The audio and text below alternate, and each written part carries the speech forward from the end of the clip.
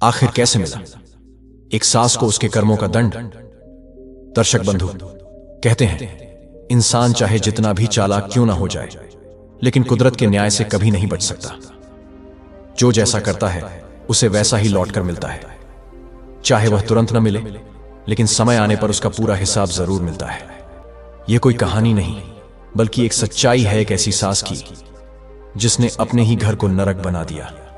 लेकिन आज वही सास अकेली बैठी है उस चौखट पर जहां कभी बहू राज करती थी, क्योंकि कुदरत ने उसे उसके हर कर्म का दंड लौटाया है, उसके हर एक पाप का हिसाब दिया है। दर्शक बंधु, यह कथा आपके जीवन में भी एक विशेष भूमिका निभा सकती है। तो चलिए कथा आरंभ करते हैं। लेकिन आगे बढ़ने से पहले आपको बता दें कि गरुड़ पुराण में कहा गया है, कथा हो या सीख, अगर बीच में छोड़ी जाए तो वह पाप की श्रेणी में आती है। इसीलिए आपसे निवेदन है कि वीडियो को अंत तक अवश्य देखें, और यदि आप एक सनातनी हैं तो वीडियो को लाइक करें और चैनल को सब्सक्राइब जरूर करें। तो चलिए कथा शुरू करते हैं। यह कथा एक साध्वी बनी सीता की है, जो अपने जीवन में अत्यंत दुख और अपमान सहने के बावजूद धर्म, संयम और ममता की मिसाल बनी रही। सीता अस्पताल में थी क्योंकि उसके प्रसव का समय निकट आ गया था। कुछ समय पश्चात नर्स आई और उसने यह समाचार दिया कि सीता ने तीसरी कन्या रत्न को जन्म दिया है। घर के सभी लोग यह सुनकर उदास हो गए। सीता की सास तो जैसे शोक में डूब गई। उनका रो रो कर बुरा हाल हो गया। वे बार बार सीता को कोस रही थीं। कितनी दुर्भाग्यशाली बहू है जिसने लगातार 3 बेटियों को जन्म दिया। इसी समय नर्स फिर बाहर आई। उसका स्वर अब कठोर हो चुका था। उसने सीता की सास से कहा, क्या आप भी एक स्त्री नहीं हैं? फिर क्यों एक स्त्री होकर दूसरी स्त्री की सबसे बड़ी शत्रु बन गई? क्या आपको नहीं पता कि एक स्त्री अपनी जान की बाजी लगाकर संतान को जन्म देती है? इस पीड़ा को तो आपने भी झेला होगा। क्या आपको तनिक भी लज्जा नहीं आई अपनी बहू को यूं अपमानित करते हुए? यह कहकर नर्स चली गई और सीता की सास नाराज होकर वहीं बड़बड़ाती हुई बैठ गई। सीता की मां अत्यंत दुखी थी, परंतु उन्होंने अपने भावों को संयम में रखा और ईश्वर को पुकारा। तीसरी बेटी के जन्म पर वह स्वयं भी उदास थी, क्योंकि उन्होंने वर्षों से प्रार्थनाएं की थीं, उपवास किए थे, हवन और पूजन किए थे एक पुत्र की कामना में। किंतु ईश्वर की लीला भी वही जाने, इस बार भी उन्हें पुत्री ही प्राप्त हुई। लेकिन मां तो मां होती है। सीता ने उस छोटी सी बालिका को अपने कांपते हुए हृदय से लगा लिया, जैसे उसने स्वयं मां दुर्गा के रूप को हृदय से लगाया हो। 2 दिन बाद सीता अपने घर लौटी, परंतु वहां उसे न विश्राम मिला न सम्मान। बेटी को जन्म देने की जो सजा सीता को दी जा रही थी, वह उसकी आत्मा को कचोट रही थी। परिवार का कोई भी सदस्य उसकी देखभाल को आगे नहीं आया। प्रसव के बाद की दुर्बलता में भी उसे घर के सारे कामों में फिर से लगा दिया गया। सीता के मायके वाले अत्यंत निर्धन थे, फिर भी उन्होंने जो थोड़ा बहुत बन पड़ा वह सीता के लिए भेजा। सीता की 2 विवाहित बहनें थीं जो स्वयं भी कठिन जीवन बिता रही थीं। फिर भी उन्हें बेटे होने के कारण कुछ सम्मान मिल जाता था, जो सीता को कभी न मिला। सीता की ससुराल की सबसे बड़ी पीड़ा यह थी कि उसके मायके से दहेज या किसी प्रकार का सहारा नहीं मिला था। कोई भाई न होने के कारण मायका भी निर्बल था। उसके वृद्ध माता पिता बड़ी कठिनाई से जीवन का बोझ ढो रहे थे। अब सीता का सारा ध्यान अपनी नवजात कन्या पर रहता। वह उस मासूम मुस्कान में दिव्यता देखती। उसका विश्वास था यह बेटी कोई और नहीं, मां दुर्गा का अवतार है। उसके पति के मन में भी बेटी के लिए थोड़ा दुख था, परंतु फिर भी वह अपनी तीनों बेटियों से प्रेम करता था। वह उनके हर छोटे बड़े जरूरत का ध्यान रखता था, क्योंकि एक सच्चा पिता बेटियों को भगवान का वरदान समझता है। समय का पहिया घूमता गया। तीनों बेटियां धीरे धीरे बड़ी हुईं। उनके मन में समझदारी, संवेदना और आत्मबल जन्म लेने लगा। सबसे बड़ी बेटी दीपा अत्यंत विवेकशील थी। वह हर बात को देखती और समझती थी। उसने अपनी मां के साथ होने वाले अन्याय को भी महसूस किया था, लेकिन संस्कार ऐसे थे कि वह चुप रहना ही उचित समझती थी। दीपा जानती थी कि दादी को समझाना मानो पत्थर को उपदेश देना है। फिर भी उसने कभी मर्यादा नहीं तोड़ी। सीता ने अपनी तीनों बेटियों को संस्कार, संयम और सेवा की शिक्षा दी थी। तीनों बहनें दीपा, मीना और अनीता आपस में एकता से रहती थीं। दीपा अपनी मां का हाथ बंटाने लगी थी। वह अपनी पढ़ाई में भी अव्वल थी और बहनों की मदद भी करती थी। दादी का व्यवहार कटु था, फिर भी उन बेटियों ने उसका कभी अपमान नहीं किया। यह उनके संस्कारों का प्रभाव था। उन्होंने मन में ठान लिया था, हम वह ऊंचाई पाएंगे जो दादी ने केवल अपने काल्पनिक पोते से अपेक्षा की थी। दीपा का विश्वास था, हमारी मेहनत और भक्ति एक दिन मां और हमारे कल्याण का मार्ग बनाएगी और वही दिन हमारी सच्ची जीत होगी। तीनों बेटियां दीपा, मीना और अनीता अपनी पढ़ाई को लेकर सदैव गंभीर रहती। उनमें कभी भी आलस्य या लापरवाही नहीं होती थी। दीपा तो सदा अपने दोनों बहनों को न केवल पढ़ाई में सहायता देती, बल्कि उनके भीतर आत्मविश्वास और समझदारी का संचार करने में भी लगी रहती। परंतु उसे यह पीड़ा थी कि जिस विश्वास की ज्योति वह अपनी बहनों में जगा रही थी, वही विश्वास वह अपनी मां के मन में ना जगा सकी। सीता प्रायः अपने अंतरतम में प्रभु से प्रार्थना करती रहती, प्रभु, मेरे जीवन में चाहे कितनी भी कठिनाई आई हो, पर मेरी बेटियों का जीवन तुम सुखमय कर देना।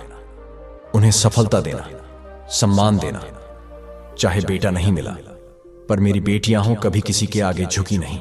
एक दिन जब दीपा ने देखा कि उसकी मां किसी गहरी चिंता में डूबी हुई है, तो वह आगे बढ़कर बोली, मां, आप ठीक तो हैं? इतनी सोच में क्यों डूबी हैं? सीता का हृदय भावनाओं से भर आया। वह अपने जज्बातों पर नियंत्रण न रख सकी और उसकी आंखों से अश्रुधारा बह चली। दीपा ने तुरंत मां को अपने आलिंगन में ले लिया और कोमल स्वर में कहा, मां, ऐसा कौन सा दुख है जो आपके हृदय को भीतर ही भीतर खाए जा रहा है? सीता ने भारी स्वर में कहा, बेटी, काश प्रभु ने हमें एक बेटा भी दिया होता जो आज हमारे वृद्ध माता पिता का सहारा बनता। एक बार साल में ही सही, पर वह उनसे मिलने आता, उनके जीवन में थोड़ा सुकून भर देता।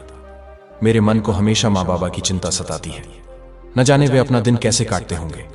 मेरी किस्मत भी माँ जैसी ही है। 3 बेटियां, ताने देने वाली सास और दर्द देने वाले लोग, न कोई भाई न कोई सहारा।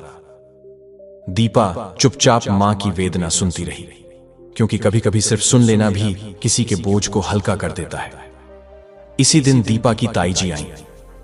उनके 3 बेटे थे, फिर भी वे बेटियों की चाह में 3 बार संतान की कामना कर चुकी थीं। उन्होंने सीता से कहा कि वह अपनी एक बेटी उन्हें गोद दे दे। यह बात सुनते ही सीता का कलेजा कांप उठा। भला कोई मां अपनी आत्मा के टुकड़े को किसी और को कैसे दे सकती है? चाहे बेटियां दुनिया को बोझ लगें, मां के लिए वे ईश्वर का आशीर्वाद होती हैं। दीपा ने यह सब देखा और अपने भीतर मां के प्रति और भी गहरा प्रेम और संकल्प भर लिया। वह मां से बोली, मां, मैं आपको वचन देती हूं, मैं आपको और नाना नानी को कभी अकेला नहीं छोड़ूंगी। सीता ने धीरे से कहा, बेटी, बेटियां तो पराई होती हैं, उन्हें एक दिन अपने घर जाना ही होता है। ससुराल की रीति नीति ही फिर उसका धर्म बन जाती है। दीपा ने मां का हाथ पकड़ते हुए कहा, मां, अब समय बदल गया है। आज की बेटियां आत्मनिर्भर बन रही हैं। वे ससुराल के साथ साथ अपने मायके की भी जिम्मेदारी निभा रही हैं। आप देखिए, मैं भी ऐसा ही करूंगी। सीता ने एक लंबी सांस ली और बोली, बेटी, जब तक मैं अपने जीवन में यह बदलाव देख न लूं, तब तक ये सब बातें मेरे लिए केवल कल्पना जैसी हैं। मुझे तो बस इतना पता है कि तुम तीनों को विदा करना ही मेरी नियति है। शायद तुम्हारी भी वही राह होगी जो मेरी थी। दीपा ने दृढ़ स्वर में कहा, नहीं मां, मेरी राह अलग होगी। मैं वह परिवर्तन बनूंगी जिसे आप अपनी आंखों से देख सकेंगी। एक दिन आप गर्व से कहेंगी, मेरी बेटी ने कुछ बदल कर दिखाया है। सीता ने अपनी बेटी को हृदय से लगाया और अश्रुपूरित आंखों से कहा, भगवान करें तुम तीनों सच में उस नए युग का हिस्सा बनो। मैं वह दिन देख सकूं जब बेटियां सिर्फ विदा नहीं होती, बल्कि अपने मायके का गौरव बनकर वापस लौटती हैं। पर सच्चाई यही है, बेटियां आज भी विदा होती हैं और कल भी होती रहेंगी। शायद एक दिन तू भी ब्याह कर चली जाएगी और तब मेरी तरह तू भी अपने माता पिता को देखने के लिए तरसेगी, दूसरों से अनुमति मांगेगी और अपने घर गृहस्थी के दायित्वों में खो जाएगी। दीपा के मन में पहली बार अपने नाना नानी के लिए गहरी करुणा का भाव जागा। उसने मां के मन की चिंता में छिपे गहरे दर्द को पहली बार सच में समझा। वह चाहती थी कि वह मां से कुछ पूछे, पर जब उसने मां की टूटी हुई भावनाओं को देखा तो उसने अपने आप को रोक लिया। दीपा शांत होकर मां की हर बात को ध्यान से सुनने लगी। उसे ऐसा लगा मानो शायद गरीबी ही वह कारण है जिसकी वजह से नाना नानी उनसे मिलने नहीं आ पाते। और वैसे भी दादी के तीखे स्वभाव को कौन सहना चाहेगा। दीपा ने अपनी मां के आंसू पोंछते हुए धीरे से कहा, मां, अब जमाना बदल रहा है, हर तरफ परिवर्तन की हवा चल रही है। हमारे घर में भी वह हवा जरूर आएगी। आप चिंता मत करो, वह बदलाव हम तीनों बहनें मिलकर लाएंगी। सीता भावुक होकर अपनी बेटी की ओर देखती रही। उसके मन में जैसे कोई नई रोशनी जल उठी। हल्की सी मुस्कान के साथ उसने मन ही मन अपनी बेटी के इस हौसले को प्रणाम किया। यही बेटी तो मैंने जन्म दी थी, उसने सोचा, पर मैंने तो उसे यह सब सिखाया नहीं था। फिर इतनी बुद्धि, ये समझ दीपा को कहां से मिली? दीपा ने फिर बड़े धीरज से कहा, मां, आप बस अपनी सेहत का ध्यान रखो। हम तीनों बहनें आपकी जिंदगी में सफलता का दीप जलाकर दिखाएंगी। लेकिन आप यूं बार बार आंसू बहाकर अपनी आंखों और दिल दोनों को कमजोर क्यों बना रही हो? अगर आपको कुछ हो गया तो मां, हम भी टूट जाएंगे। आप हमारी ताकत बनी रहो, कमजोरी नहीं। और फिर अगर आप यूं ही रोती रही तो हमारी खुशियों में साझीदार कैसे बनोगी? दीपा ने यह संकल्प ले लिया कि वह कभी भी अपनी मां का साथ नहीं छोड़ेगी। वह सदा उनके पास रहेगी, उनकी सेवा और देखभाल करती रहेगी। दीपा और उसकी मां की इस भावुक घड़ी को देखकर दीपा की दादी ने कुछ सोचते हुए कहा, अगर तुम मां बेटी का यह रोना धोना खत्म हो गया हो तो मेरे लिए एक प्याला चाय भी बना दो, दादी ने अपने व्यंग्य से कहा। दीपा ने अपने गुस्से को रोकते हुए कोमलता से कहा, दादी, मैं अभी आपके लिए चाय बनाकर लाती हूं, आप आराम से यहीं बैठिए। दादी फिर बड़बड़ाने लगी, पता नहीं ये लड़की कैसे अजीब अजीब ख्यालों और सपनों में खोई रहती है, कौन सी नई दुनिया में घूमती रहती है। भगवान ही बचाए इन फजूल बातों से। सीता अपनी सास की इन कटु बातों को सुनकर शांत बैठी रही, लेकिन अब उसके हृदय में अपनी बेटी के प्रति एक नई आस्था जन्म ले चुकी थी। उसे लगने लगा कि शायद उसकी बेटी सच में कुछ अलग करेगी, कुछ विशेष। दीपा के आत्मविश्वास को देखकर सीता ने भी अपने भीतर एक नई हिम्मत को उठते हुए महसूस किया। तभी दरवाजे पर दस्तक हुई। दीपा ने जाकर दरवाजा खोला और देखा कि निम्बा जी आई है। उन्हें देखकर दीपा का मन हर्ष से भर उठा। उसने उन्हें गले लगाया और आदर से अंदर ले आई। जैसे ही दीपा ने सबको बताया कि निम्बा जी आई हैं, दादी भी खुशी से झूमती हुई बाहर आई और अपनी बेटी को गले लगाकर भाव विभोर हो गईं। निम्बा के आने से तीनों बहनों के चेहरे पर चमक आ गई। उनके 2 बेटे थे और फिर भी उन्हें अपनी भांजियों से विशेष स्नेह था। जब भी वह घर आती तो बेटियों के बीच रहकर उनका मन बहुत प्रसन्न हो जाता। निम्बा का हृदय भी अपनी बहन के यहां तीसरी बेटी के आगमन से प्रसन्न था। उनके मन में कई बार यह विचार आया था कि वे एक बेटी को गोद ले लें, पर किसी मां के हृदय को ठेस पहुंचाकर अपना मन बहलाना उन्हें उचित नहीं लगता था। यह विचार उन्हें भीतर से हिला देता था। उन्हें पता था कि अपनी संतान को किसी और को देना कितना कठिन होता है। इसलिए उन्होंने सबसे छोटी बेटी को अपनी ही बेटी के समान अपना लिया था और तीनों बहनों को एक जैसा स्नेह देती थीं। महानगर में रहने के कारण निम्बा बुआ के सोचने और समझने का ढंग थोड़ा अलग हो गया था। उन्होंने वहां के जीवन से बहुत कुछ सीखा था। उन्होंने जाना कि बेटा और बेटी में कोई फर्क नहीं होना चाहिए। उन्होंने शहरों में बेटियों को हर क्षेत्र में आगे बढ़ते देखा था और अब उनके मन में कोई भेद नहीं रह गया था। वे अब बेटियों को किसी भी दृष्टि से कम नहीं समझती थीं। निम्बा बुआ कभी अपनी भतीजियों में कोई भेदभाव नहीं करती थीं। जब भी वे घर में होती, दादी की कठोर आवाज जैसे धीमी पड़ जाती और बुआ सदा तीनों बहनों का पक्ष लेकर उनके लिए ढाल बन जाती थीं। यही कारण था कि तीनों बहनों के हृदय में अपनी बुआ के लिए एक विशेष स्थान था। निम्बा बुआ को अपने भतीजे से भी विशेष स्नेह था। वे उनकी हर छोटी बड़ी इच्छा का ध्यान रखती और आवश्यकता की प्रत्येक वस्तु उपहार के रूप में ले आती, ताकि ना तो भाई भाभी को कोई कष्ट हो और ना ही दादी को कुछ कहने का अवसर मिले। दीपा का शांत और संतुलित स्वभाव बुआ के मन को स्पर्श करता था। उसकी सरलता, समझदारी और सौम्यता निम्बा बुआ को प्रभु की कृपा की तरह लगती थी। निम्बा बुआ अपने भाई और मां के स्वभाव को भली भांति समझती थी। दोनों की प्रवृत्तियां, बहुत मिलती जुलती थीं। छोटी छोटी बातों को बड़ा बना देना, साधारण बातों में भी भारी प्रतिक्रिया देना, ये गुण मानो दोनों को स्वाभाविक रूप से मिले थे। भाई का स्वभाव तो कोमल था, लेकिन मां के सामने वह सदा मौन रहता। पिता के स्वर्गवास के बाद उसने मां को कभी दुखी नहीं देखना चाहा। वह मां की हर बात में हां मिलाता, ताकि उन्हें शांति मिले और वे संतुष्ट रहें। पिता के जाने के बाद भाई ने मां से अधिक जुड़ाव बना लिया था, और यही अति स्नेह शायद मां को कठोर बना गया था। फिर भी भाई मां के स्वभाव का अनुचित लाभ कभी नहीं उठाता था। समय के साथ बहुत कुछ बदल गया, परिस्थितियां भी बदलीं और मनुष्य को भी बदलना पड़ा। निम्बा बुआ के मन में दीपा के उज्जवल भविष्य की एक झलक सदा रहती थी। उन्हें दीपा के स्वभाव में एक प्रकाश दिखाई देता था। वे जानती थीं कि यह बालिका एक दिन कुछ ऐसा करेगी जो सबको आश्चर्यचकित कर देगा। ईश्वर ने तीनों बहनों को रूप और गुणों से विभूषित किया था। निम्बा को विश्वास था कि दीपा अपनी दिव्य प्रतिभा के साथ अवश्य कुछ विशिष्ट करेगी। दीपा जैसा उसका नाम, वैसा ही उसका रूप। उसकी आभा जैसे प्रभु की कृपा हो। उसका गोरा रंग, तीखे नयन और लहराते लंबे काले बाल जैसे मां दुर्गा की मूर्ति को संजीव बना देते हो। जिसे भी वह एक बार दिख जाए, वह उसकी सुंदरता में जैसे बंध जाता। दूसरी बहन मीना भी किसी रूप की देवी से कम नहीं थी। उसका रंग दूध जैसा उज्जवल और चेहरा सौम्यता से भरपूर। उसके चेहरे की सरल मुस्कान और बिना किसी सजावट का सौंदर्य ईश्वर की अनुपम रचना लगता था। जब वह खिलखिलाकर हंसती तो ऐसा लगता जैसे वातावरण में देवी की कृपा बरस रही हो। अनीता, सबसे छोटी बहन, अपनी अलग दिव्यता रखती थी। उसका रंग भी उज्जवल था और नैन नक्श कोमल और सुंदर। भले ही वह कदकाठी में थोड़ी छोटी थी, पर उसकी रूप माधुरी इतनी दिव्य थी कि लोग उसे देवी का स्वरूप कहने लगते। जब भी कॉलोनी में दुर्गा पूजा होती, तीनों बहनों को विशेष आमंत्रण दिया जाता।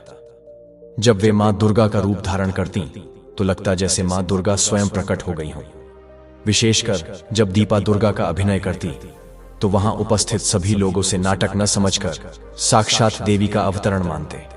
उसकी वह छवि इतनी दिव्य हो जाती कि लोग श्रद्धा से नतमस्तक हो जाते। दादी भी गर्व से कहती, मेरी बहू लक्ष्मी जैसी है, पर मेरी पोतियां उससे भी बढ़कर देवी स्वरूप हैं।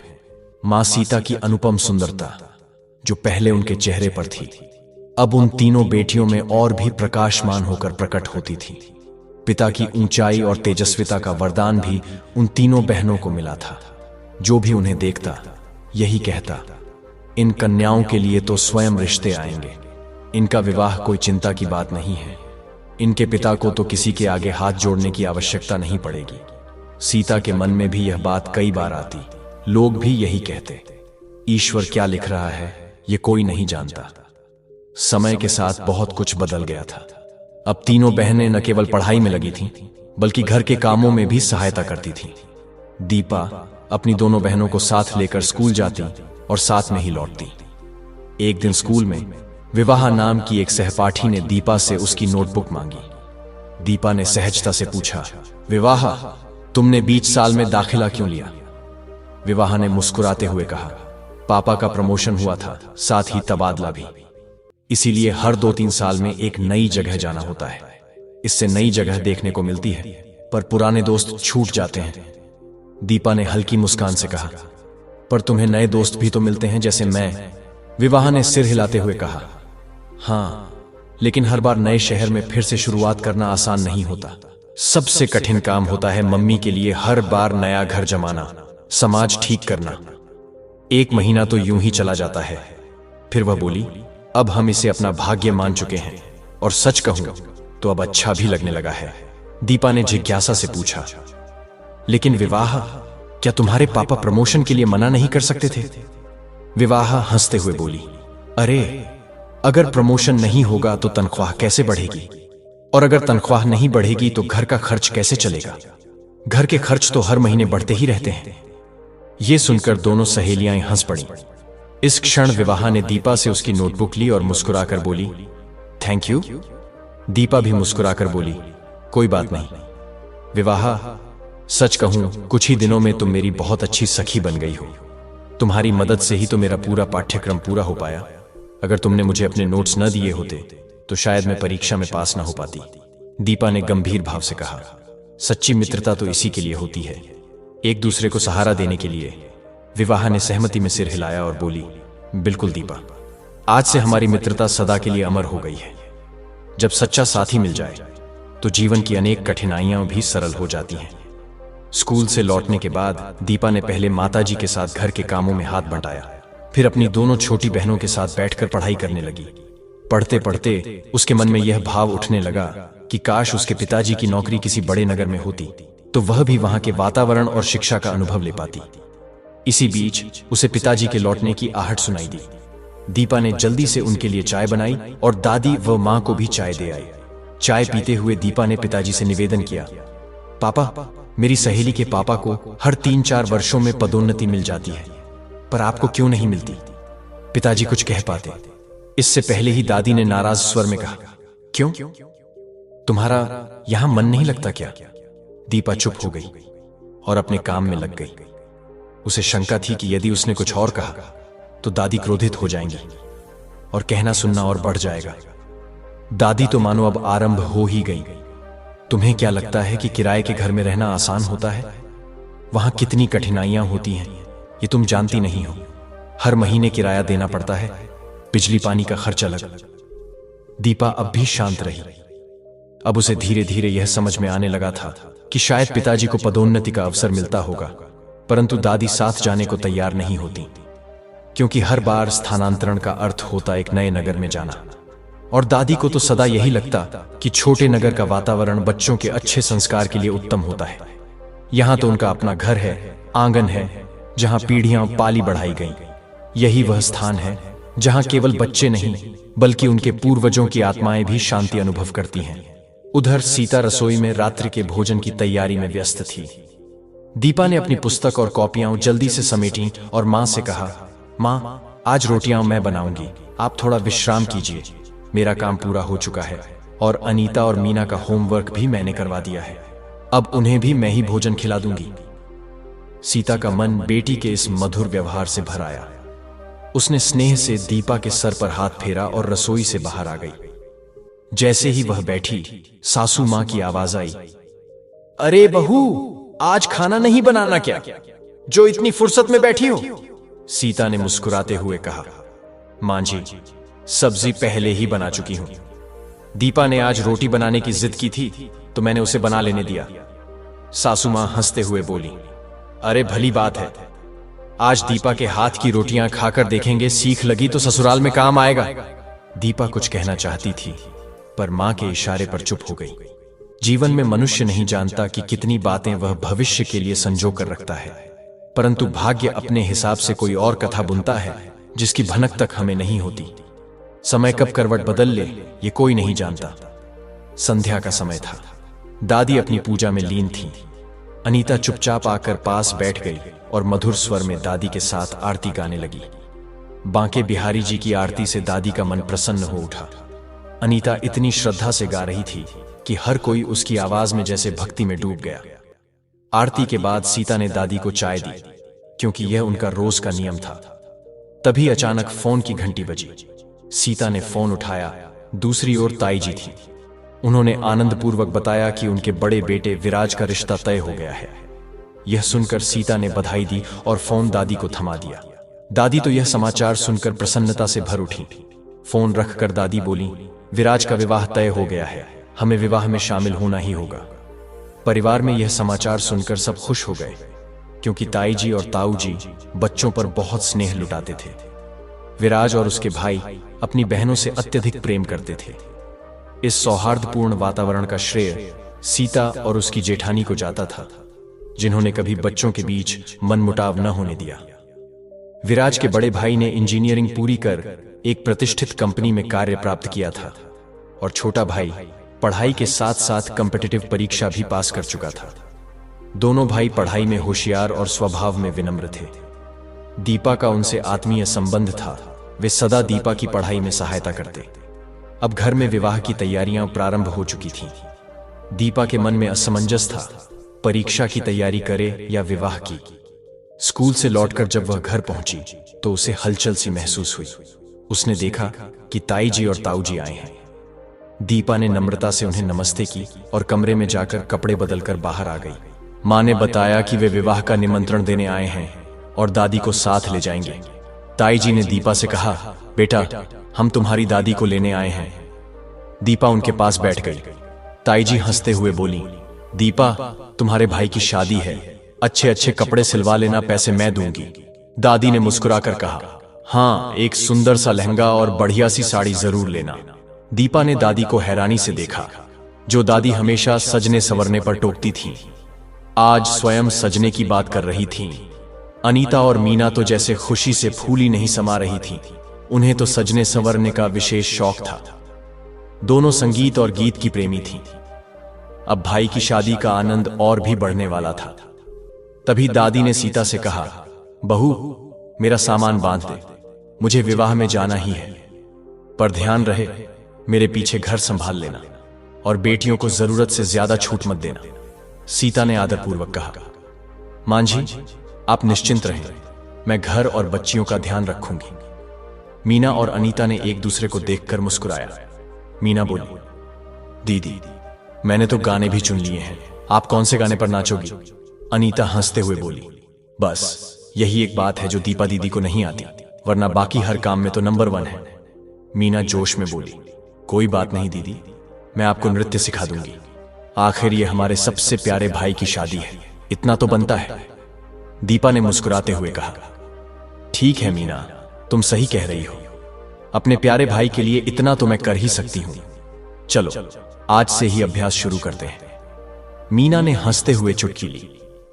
दीदी, एक गाने पर ऐसा नृत्य सिखाऊंगी कि सब लोग बस देखते ही रह जाएंगे।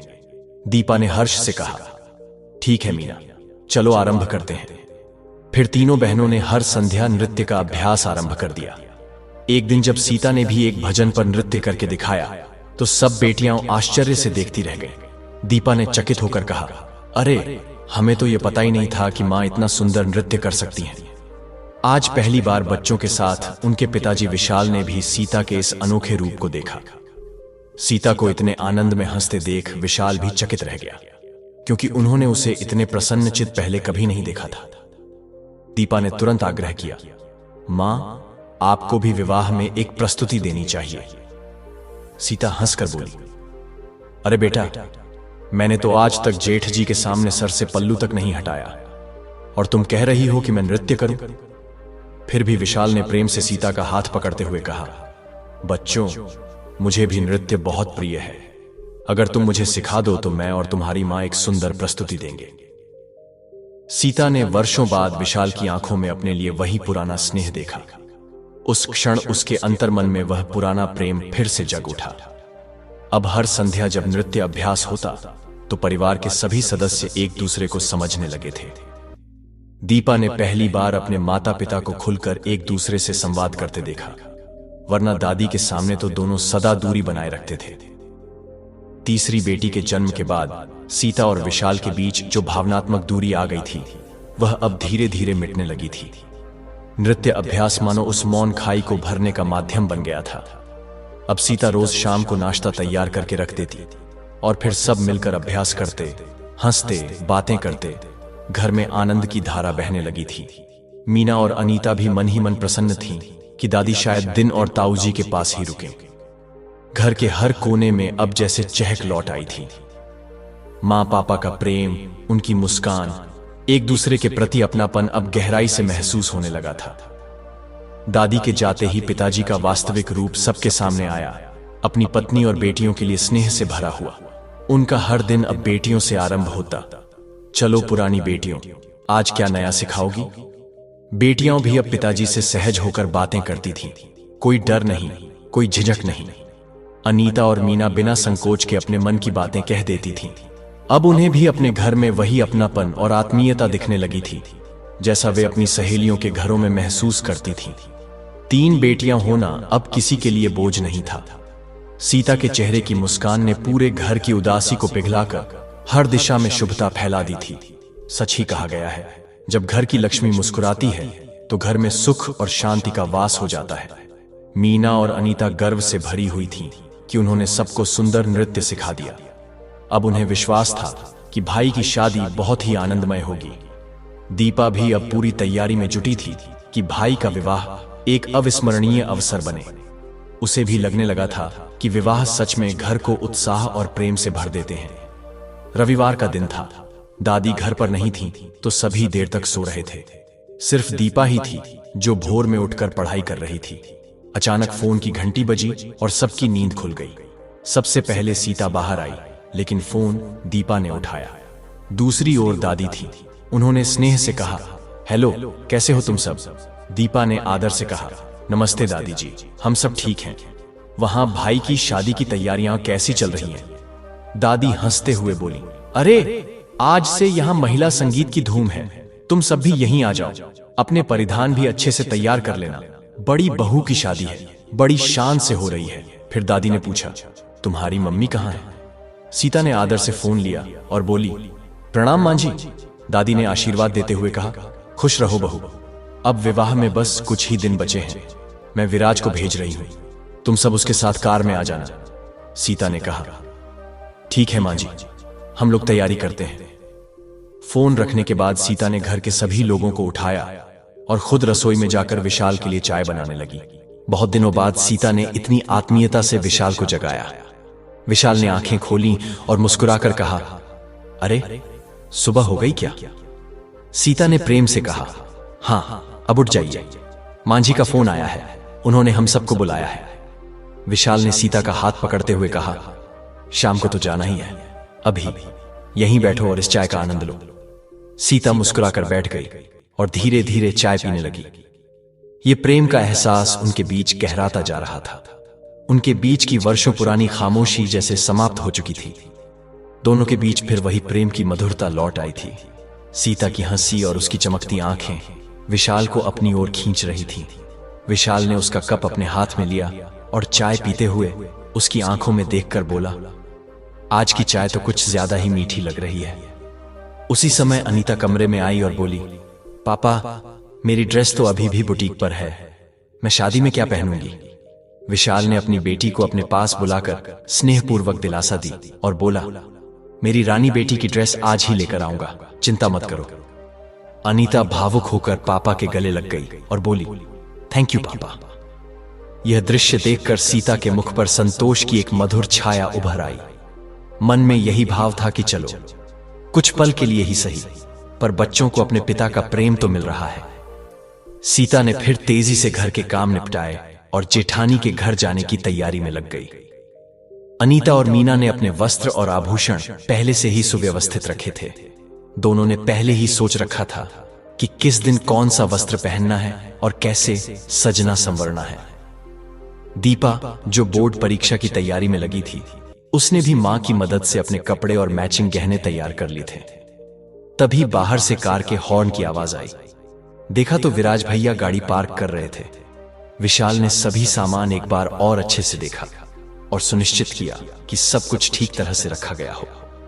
फिर विराज घर में आए। दीपा ने अपने भाई को गले लगाकर स्नेहपूर्वक बधाई दी। विराज मुस्कुराकर बोले, धन्यवाद मेरी प्यारी बहन, अब जल्दी चलो, तुम्हारे बिना वहां कोई रौनक ही नहीं है। तुम्हारे आने के बाद ही शादी का असली आनंद आएगा। निम्बा बुआ भी पहुंचने वाली हैं। रश्मि तो दादी संभाल रही हैं, पर गीत संगीत का असली मजा तो तुम सबके साथ ही आएगा। मीना ने उल्लास में कहा, भैया आप निश्चिंत रहिए, मैंने और अनीता ने सबकी प्रस्तुतियां भी तैयार करवा दी हैं। विराज ने हर्ष से मीना को गले लगाया और कहा, बहुत बढ़िया, अब तो विवाह का आनंद और भी दोगुना हो जाएगा। फिर उन्होंने विशाल से कहा, चाचा जी ज्यादा सामान की चिंता मत कीजिए, रास्ते में जो जरूरी होगा हम ले लेंगे। सब लोग कार में बैठ गए। उनके चेहरों पर विवाह की रौनक और उमंग झलक रही थी। घर पहुंचने पर विराज और उसके छोटे भाई ने सारा सामान उतारकर एक कमरे में सजा दिया। हंसते हुए विराज बोले, ये कमरा तुम्हारे लिए ही तैयार किया गया है, मां और बुआ के साथ तुम सब यही रहना। कमरे की सुंदरता और भव्यता देखकर तीनों बहनों के चेहरे खिल उठे। अधिराज ने दीपा से कहा, दीदी देखो इसमें कितना बड़ा आईना है, सजने संवरने में आसानी होगी। ताई जी का विशाल और सुसज्जित घर अपनी दिव्य सजावट के साथ मन को मोह रहा था। यह अलग कमरा तीनों बहनों के लिए विशेष आनंद का कारण बन गया। तभी ताई जी आईं और बोली, अरे, ये कमरा तो मामा मामी के लिए रखा था, तुम लोग दूसरे कमरे में रह सकते थे। विराज मुस्कुराकर बोले, माँ और बुआ यही ठहरेंगी, इसलिए मैंने यही कमरा तय किया है। ये बड़ा है, 2 परिवार आराम से रह सकते हैं। मामा मामी अकेले हैं, उनके लिए छोटा कमरा पर्याप्त रहेगा। यह सुनकर ताई जी शांत हो गईं, क्योंकि वे जानती थीं कि अगर प्यारी ननद को पूरा आधार न मिला तो सासू मां नाराज हो सकती है। शाम होते होते दोनों भाइयों ने छत पर सुंदर सजावट और डीजे का प्रबंध कर दिया। वहां बैठने और भजन की उत्तम व्यवस्था की गई थी। अतिथियों का आगमन आरंभ हुआ और घर में रौनक फैलने लगी। घर की स्त्रियां श्रृंगार में लगी थीं। निम्बा बुआ ने पहले ही अपनी भतीजी दीपा को तैयार करने में सहायता की थी, क्योंकि उसे सज संवरने का अधिक ज्ञान नहीं था। पर अनीता और मीना तो इस कला में निपुण थीं। दोनों बहनें दीपा को बड़ी श्रद्धा से सजा रही थीं। जैसे ही बुआ और तीनों भतीजियां सज धज कर छत पर पहुंची, उनकी सुंदरता ने सबका मन मोह लिया। वे संजीव राजकुमारियों की भांति लग रही थीं। विशेषकर दीपा, जो सदा सादगी में रहती थी, आज एक नई दिव्यता में दिखाई दे रही थी। उसकी सादगी में भी अद्भुत आकर्षण था। राज भैया को अनीता ने पूरे कार्यक्रम की जिम्मेदारी दे दी थी। सभी प्रस्तुतियों और नामों की सूची बना दी गई थी ताकि कोई कमी न रह जाए। पहली प्रस्तुति में मीना और अनीता ने जब मंच संभाला तो सबकी नजरें उन पर टिक गईं। दादी के प्रिय लोकगीत पर उनका नृत्य देखकर सभी अभिभूत हो गए। ताई जी और दादी दोनों ही उन्हें देखकर इतने प्रसन्न हुए कि हर्ष में दोनों पर रुपए बरसाने लगी। सभी कहने लगे, देखो, बेटियों ने आते ही घर को उजास से भर दिया। ऐसा पारंपरिक नृत्य फिल्मों में भले ही देखा हो, पर परिवार में इस रूप में देखना दुर्लभ है। अब बारी थी दीपा की। जैसे ही वह मंच पर आई और गीत होठों पे ऐसी बात की धुन बजने लगी, वह आत्मविश्वास के साथ नृत्य में मग्न हो गई। दीपा कढ़ाईदार लहंगा चोली और सुंदर दुपट्टे में अत्यंत सुंदर लग रही थी। उसकी नृत्य कला ने सभी का ध्यान अपनी ओर खींच लिया। दादी और ताई जी यह रूप देखकर चमत्कृत रह गए। जो दीपा पढ़ाई में डूबी रहती थी, उसमें यह सौंदर्य और कला भी थी। यह उन्हें आज पहली बार अनुभव हुआ। दोनों की आंखों में गर्व और स्नेह की चमक थी। ताई जी मन ही मन सोचने लगी, वास्तव में बेटियां ही तो घर की रौनक होती हैं। एक समझदार और भावनाओं को समझने वाला व्यक्ति न केवल परिवार को सहारा देता है, बल्कि उन्हें उन्नति की दिशा में भी आगे बढ़ाता है। इस समय अभिराज चाचा चाची को विदा करने आया। दीपा ने अपने भाई की मदद करते हुए सामान उठाया। दोनों बैठकर विवाह की भव्यता और आनंद की चर्चा करने लगे। दीपा ने कहा, सचमुच इस विवाह में बहुत आनंद आया, और भैया, आपका डांस देखकर तो मन प्रसन्न हो गया। अभिराज मुस्कुराए। दीपा ने आगे कहा, अब उत्सव पूर्ण हुआ। अब तो पूरा ध्यान पढ़ाई पर देना है। मेरी बोर्ड की परीक्षा 1 सप्ताह बाद है। अब कोचिंग जाना भी आवश्यक है। राज ने सहजता से कहा, आज तो विश्राम कर लो, कल से आरंभ करना। दीपा ने गंभीरता से उत्तर दिया, नहीं भैया, अब मुझे पूरे मन से लग जाना चाहिए। आप तैयार रहिए, मुझे कोचिंग छोड़ने चलिएगा। दीपा ने अपनी छोटी बहनों को भी समझाया कि अब उन्हें भी ध्यान लगाकर पढ़ाई करनी है, जिससे सबके अंक उत्तम आए। दीपा ने अपना बैग उठाया, मम्मी को बताया और भाई के साथ कोचिंग सेंटर के लिए निकल गई। उधर मीना मुस्कुराकर बोली, मम्मी, आज तो आराम करूंगी, कल से खूब पढ़ाई करूंगी। सीता ने हंसते हुए कहा, ठीक है बेटा, थोड़ा विश्राम कर लो, मैं भी बहुत थक चुकी हूं। थोड़े समय बाद सीता ने पहली बार यह महसूस किया कि अब वह अपनी इच्छा से विश्राम कर सकती है। पहले सासू मां के सामने उसे हर काम तुरंत करना पड़ता था, फिर कहीं जाकर कुछ पल का विश्राम मिलता था। आज वह पहली बार स्वतंत्रता का अनुभव कर रही थी। उसी क्षण विशाल स्वयं चाय और पोहा बनाकर सीता के लिए ले आया। उसे यह भली भांति पता था कि सीता थकी हुई है। उसने अपनी पत्नी और दोनों बेटियों के लिए स्नेह से नाश्ता तैयार किया।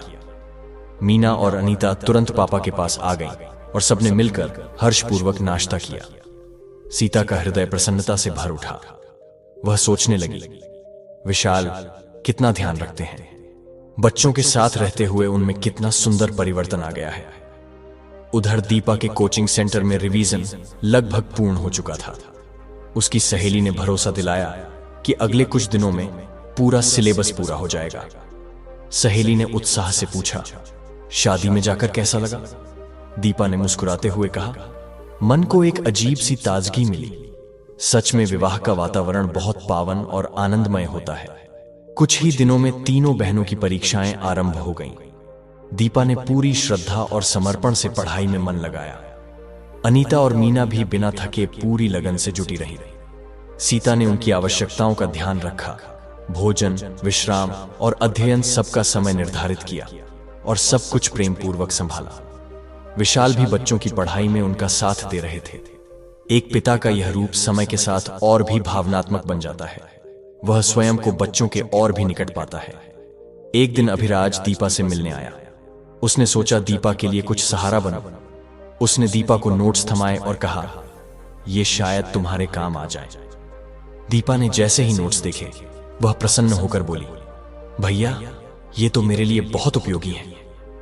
फिर अभिराज ने चाबी निकालकर दीपा को दी और बोला, यह तुम्हारे लिए एक उपहार है।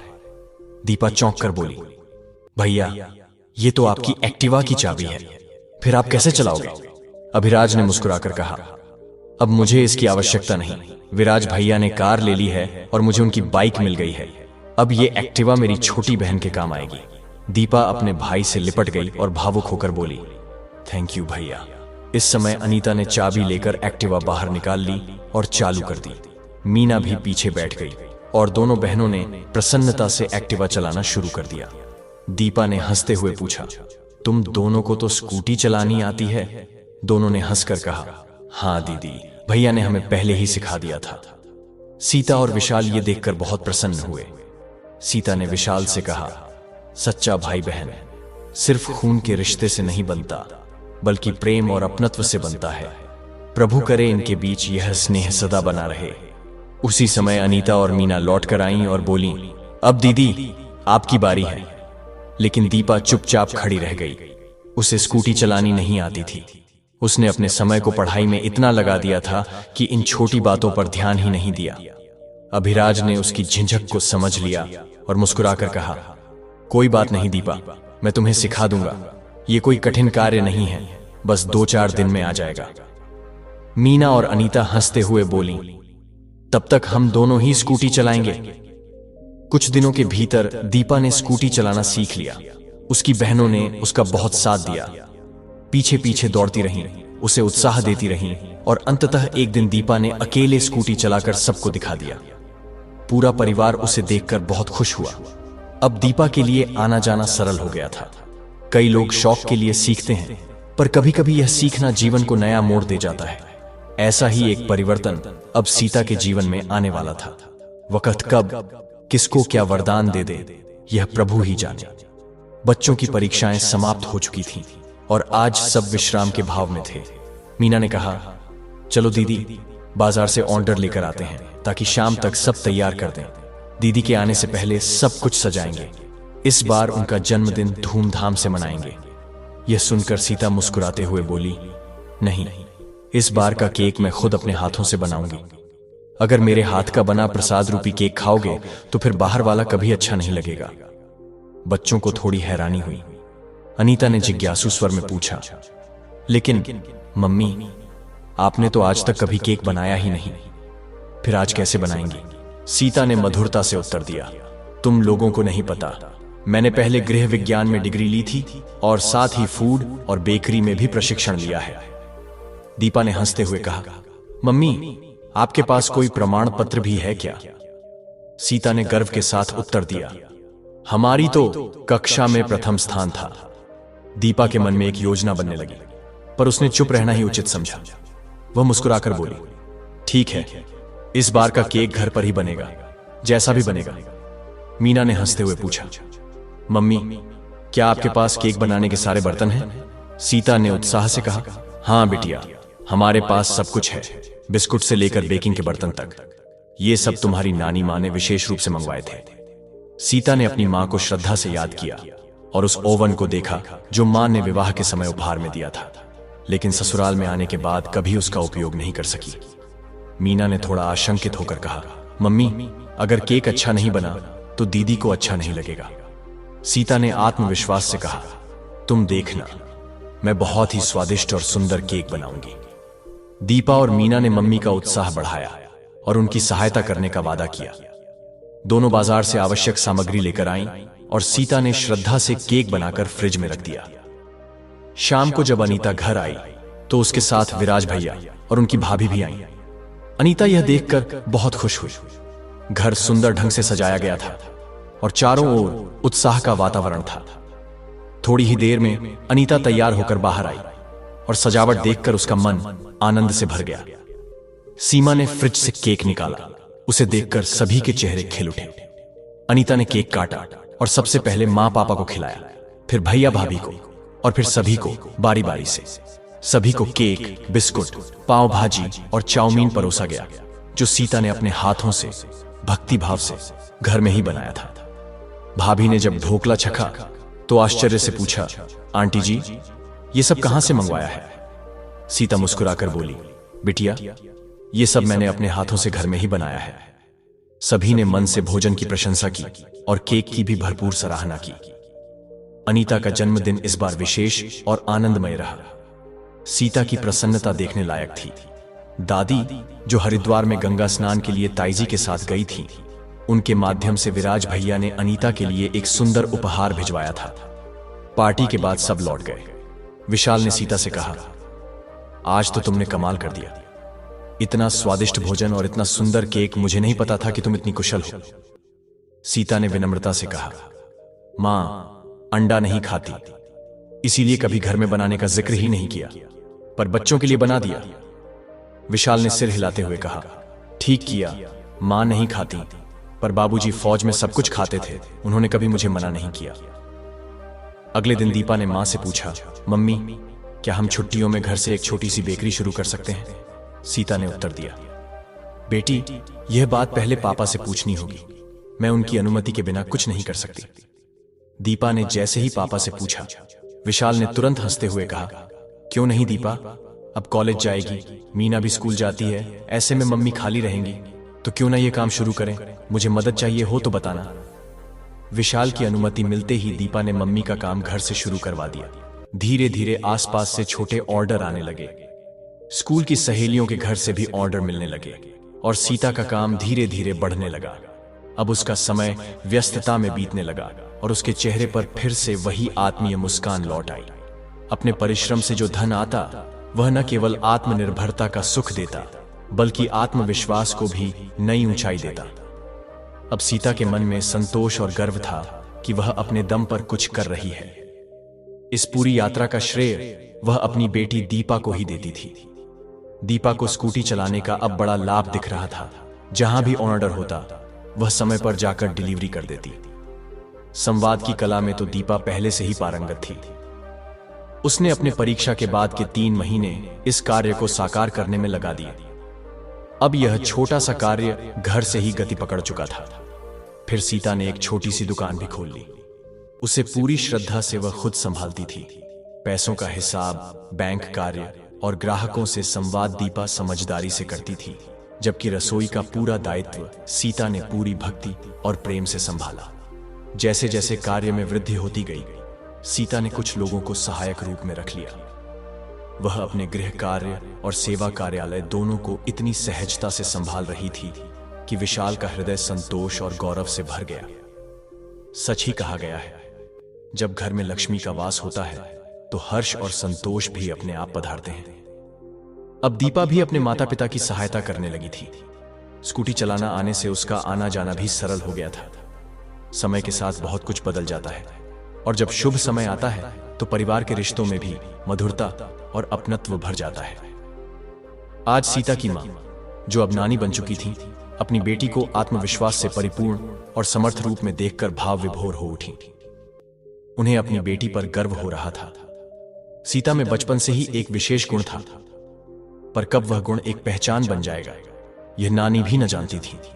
अब जब सीता आत्मनिर्भरता की दिशा में आगे बढ़ चुकी थी, तो नानी को अपने वर्षों के संघर्ष और सिखाई गई बातों का फल मिलता दिखाई दिया। संतान को अपने परिश्रम से आगे बढ़ते हुए देखना हर मां बाप के लिए गर्व और आशीर्वाद का क्षण होता है। दीपा अब अक्सर अपनी मां को नानी के घर भी ले जाती थी, और जब वह नानी को अपने साथ घर लेकर आती तो नानी के लिए यह सबसे बड़ा आनंद होता, क्योंकि उनकी नातिन अब इतनी समझदार और आत्मनिर्भर हो चुकी थी। एक दिन शाम को विशाल मिठाई का डिब्बा लेकर घर आए और मुस्कुराकर बोले, अनीता कहाँ है? मीना ने हंसते हुए उत्तर दिया, पापा, वह तो मम्मी के साथ दुकान पर गई है। आज मैंने भी मम्मी की मदद की। दीदी तो खाना बनाने में उतनी रुचि नहीं रखती, पर अनीता दीदी को यह कार्य बहुत पसंद है, इसलिए मैं मम्मी की सेवा में लगी रहती हूँ और दीदी बाहर के कार्यों में मम्मी का हाथ बंटाती है। विशाल ने हंसते हुए पूछा, और मेरी यह बेटी क्या करती है?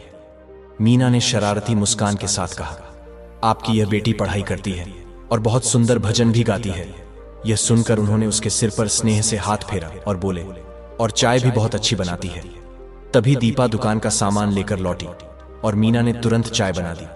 विशाल ने दीपा से पूछा, बेटी, तुम्हारा परीक्षा कब आने वाला है? इस समय अनीता का परिणाम आ चुका था, पर दीपा को मम्मी की व्यस्तता के कारण वह याद नहीं रहा। दीपा ने पूछा, पापा, कैसा रहा रिजल्ट? विशाल ने गर्व से कहा, तुम्हारी बहन ने टॉप किया है, 98% अंक आए हैं। यह सुनते ही दीपा की आंखें खुशी से चमक उठी। उसने तुरंत मम्मी को फोन किया और यह शुभ समाचार सुनाया। सीता ने तुरंत दुकान बंद की और अनीता के साथ घर की ओर चल दी। कुछ ही देर में ताई जी का भी फोन आया। उन्होंने अनीता के रिजल्ट के बारे में पूछा। दीपा ने खुशी से कहा, ताई जी, अनीता को 98% मार्क्स मिले हैं। ताई जी ने ढेर सारा आशीर्वाद दिया और कहा, मैं बहुत प्रसन्न हूं। अनीता ने परिवार का नाम ऊंचा कर दिया। घर पहुंची सीता और अनीता ने पापा के चरण स्पर्श किए और आशीर्वाद लिया। विशाल ने मिठाई खिलाई और अनीता को गले लगाते हुए बोले, मुझे पता था मेरी बेटी एक दिन ऐसा करेगी। आज मैं अत्यंत प्रसन्न हूं। अनीता ने झुककर मां पापा के चरणों को श्रद्धा से छुआ। इस समय दरवाजे पर आहट हुई। देखा तो ताई जी और दादी मां आ पहुंची थी। दादी मां अपनी पोतियों को देखकर आनंद से भर उठी। उन्होंने अनीता को गले लगाया और भरपूर आशीर्वाद दिया। फिर उन्होंने अपनी पोटली से 500 रुपए निकाले और अनीता को सप्रेम भेंट किया। घर में हर ओर हर्ष और उल्लास था। सब लोग अनीता की इस उपलब्धि पर अभिभूत थे। दादी को सीता के कार्य की थोड़ी बहुत जानकारी थी, लेकिन यह नहीं जानती थीं कि अब उसने एक इतनी सुंदर और व्यवस्थित दुकान खोल ली है।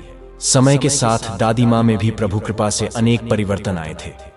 जब उन्होंने घर के भीतर सुंदर सजावट, स्वच्छता और नवीनता को देखा तो उनका हृदय भाव विभोर हो उठा। दीवारों पर नवीन रंग और शांति बिखेरती रोशनी थी।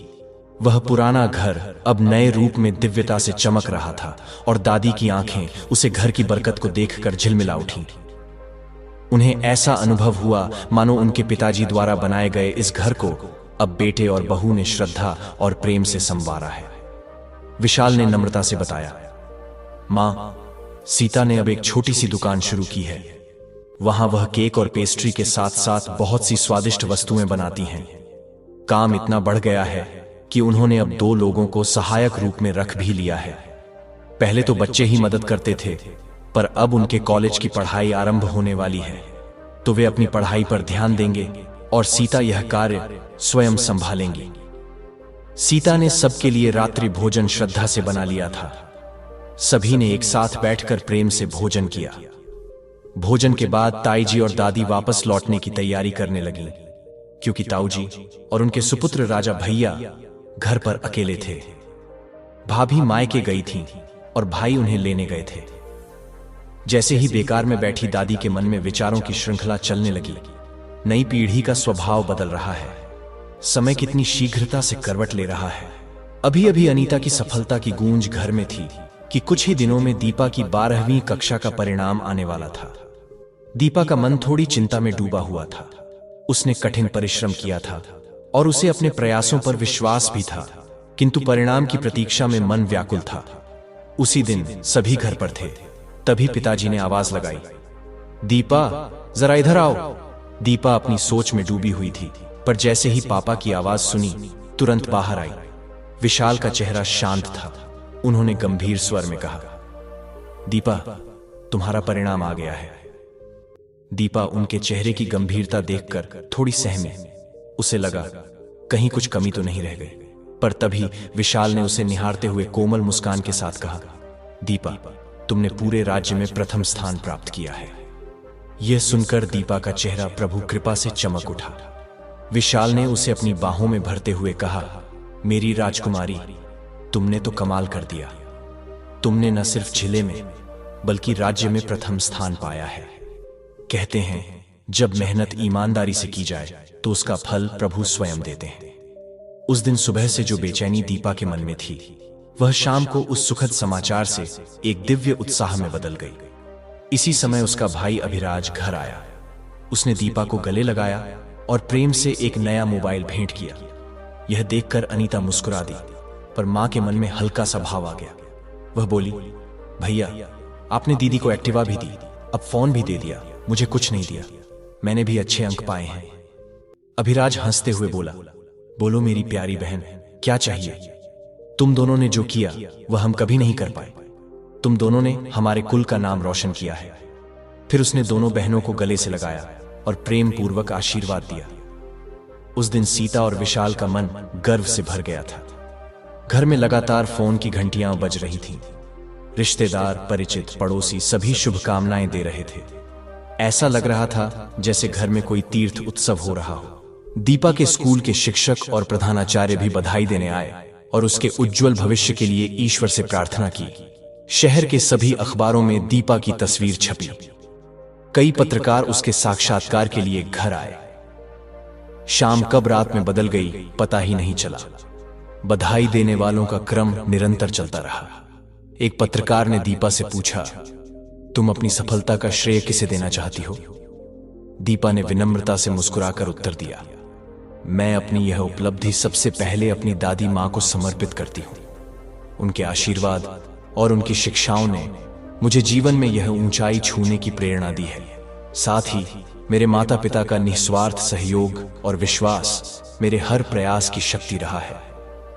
जब दादी मां ने अखबार में दीपिका की तस्वीर देखी तो उन्होंने अपने हृदय की गहराइयों से उत्साह प्रकट किया और बड़े ही श्रद्धा भाव से अभिराज से पूछा, बेटा क्या ये दीपिका की ही फोटो है? अभिराज ने विनम्रता से अखबार का पूरा समाचार पढ़कर दादी को सुनाया। जैसे ही समाचार समाप्त हुआ, दादी का हृदय भाव विभोर हो उठा। उन्होंने अधीर होकर कहा, मुझे अपनी पोती के पास ले चलो, अभी इसी समय जाना है। उनका मन हर्ष से भरा हुआ था। उनका रोम रोम यह पुकार रहा था कि उनकी पोतियों ने परिवार के मान सम्मान को जिस ऊंचाई तक पहुंचाया है वह ईश्वर की विशेष कृपा है। दादी के मन में जो वर्षों से चिंता थी कि कहीं बेटियां भटक न जाए, कहीं योग्य न बन पाए, आज वह चिंता विश्वास और गौरव में बदल गई थी। उन्होंने अनुभव किया कि समर्पण और सेवा से हर शंका का समाधान हो सकता है। जब राज ने कहा, दादी चलना है तो जल्दी कीजिए, तो दादी बिना देर किए तैयार हो गई। राज उन्हें और मां को लेकर सीधे चाचा चाची के घर पहुंचे। वहां पहुंचकर दादी ने दीपिका को हृदय से गले लगाकर कहा, बेटी तूने तो हमारा सिर ऊंचा कर दिया। तुम दोनों बहनों ने मेरा मान और सम्मान दुगना कर दिया है। यह तो बस शुरुआत है। तुम्हें अभी और ऊंचाइयों तक पहुंचना है और अपने कुल का नाम और भी ऊंचा करना है। दादी की आंखों से अश्रु बहने लगे। यह संतोष और गर्व के अश्रु थे। उन्होंने भाव विभोर होकर कहा, हमारे परिवार में पहली बार किसी की तस्वीर अखबार में छपी है। सब पढ़े लिखे हैं, लेकिन यह शिखर पूरे राज्य में प्रथम स्थान, यह पहले कभी नहीं हुआ। आज घर जैसे भक्ति और प्रसन्नता से गूंज रहा है। दादी की आंखों में वो बीते दिन घूमने लगे जब इन बेटियों के जन्म पर कोई उत्सव नहीं मनाया गया था। मिठाइयां बांटना तो दूर, एक सुखद शब्द भी नहीं बोला गया था। लेकिन आज बेटियों ने परिश्रम और भक्ति से घर को मिठाइयों, प्रेम और बधाइयों से भर दिया था। उन्हें वह समय याद आया जब उन्होंने अपनी बहू और इन बच्चियों के साथ कठोर व्यवहार किया था। तीसरी बेटी के जन्म पर तो उनका मन विखंडित हो गया था। उन्होंने कभी उन मासूम कलियों को मनहूस भी कह दिया था। तभी दीपिका ने हंसते हुए चुटकी ली, दादी मेरा 500 का नोट कहां है? दादी चौकी पर तुरंत अपनी पोटली से 2100 रुपए निकालकर दीपिका के हाथों में रख दिए और स्नेहपूर्वक सिर पर हाथ फेरते हुए कहा, तू सदा तरक्की कर। दूर खड़े विशाल और सीता इस दृश्य को देखकर भावुक हो उठे।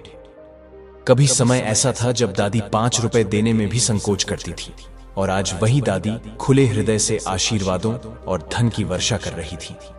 यह दृश्य श्रद्धा और प्रेम का जीवंत प्रतीक था। बुजुर्गों के आशीर्वाद बच्चों की तरक्की में पराक्रमी पंख बन जाते हैं। अब दीपा और अनीता दोनों जीवन की नई राहों पर बढ़ रही थीं।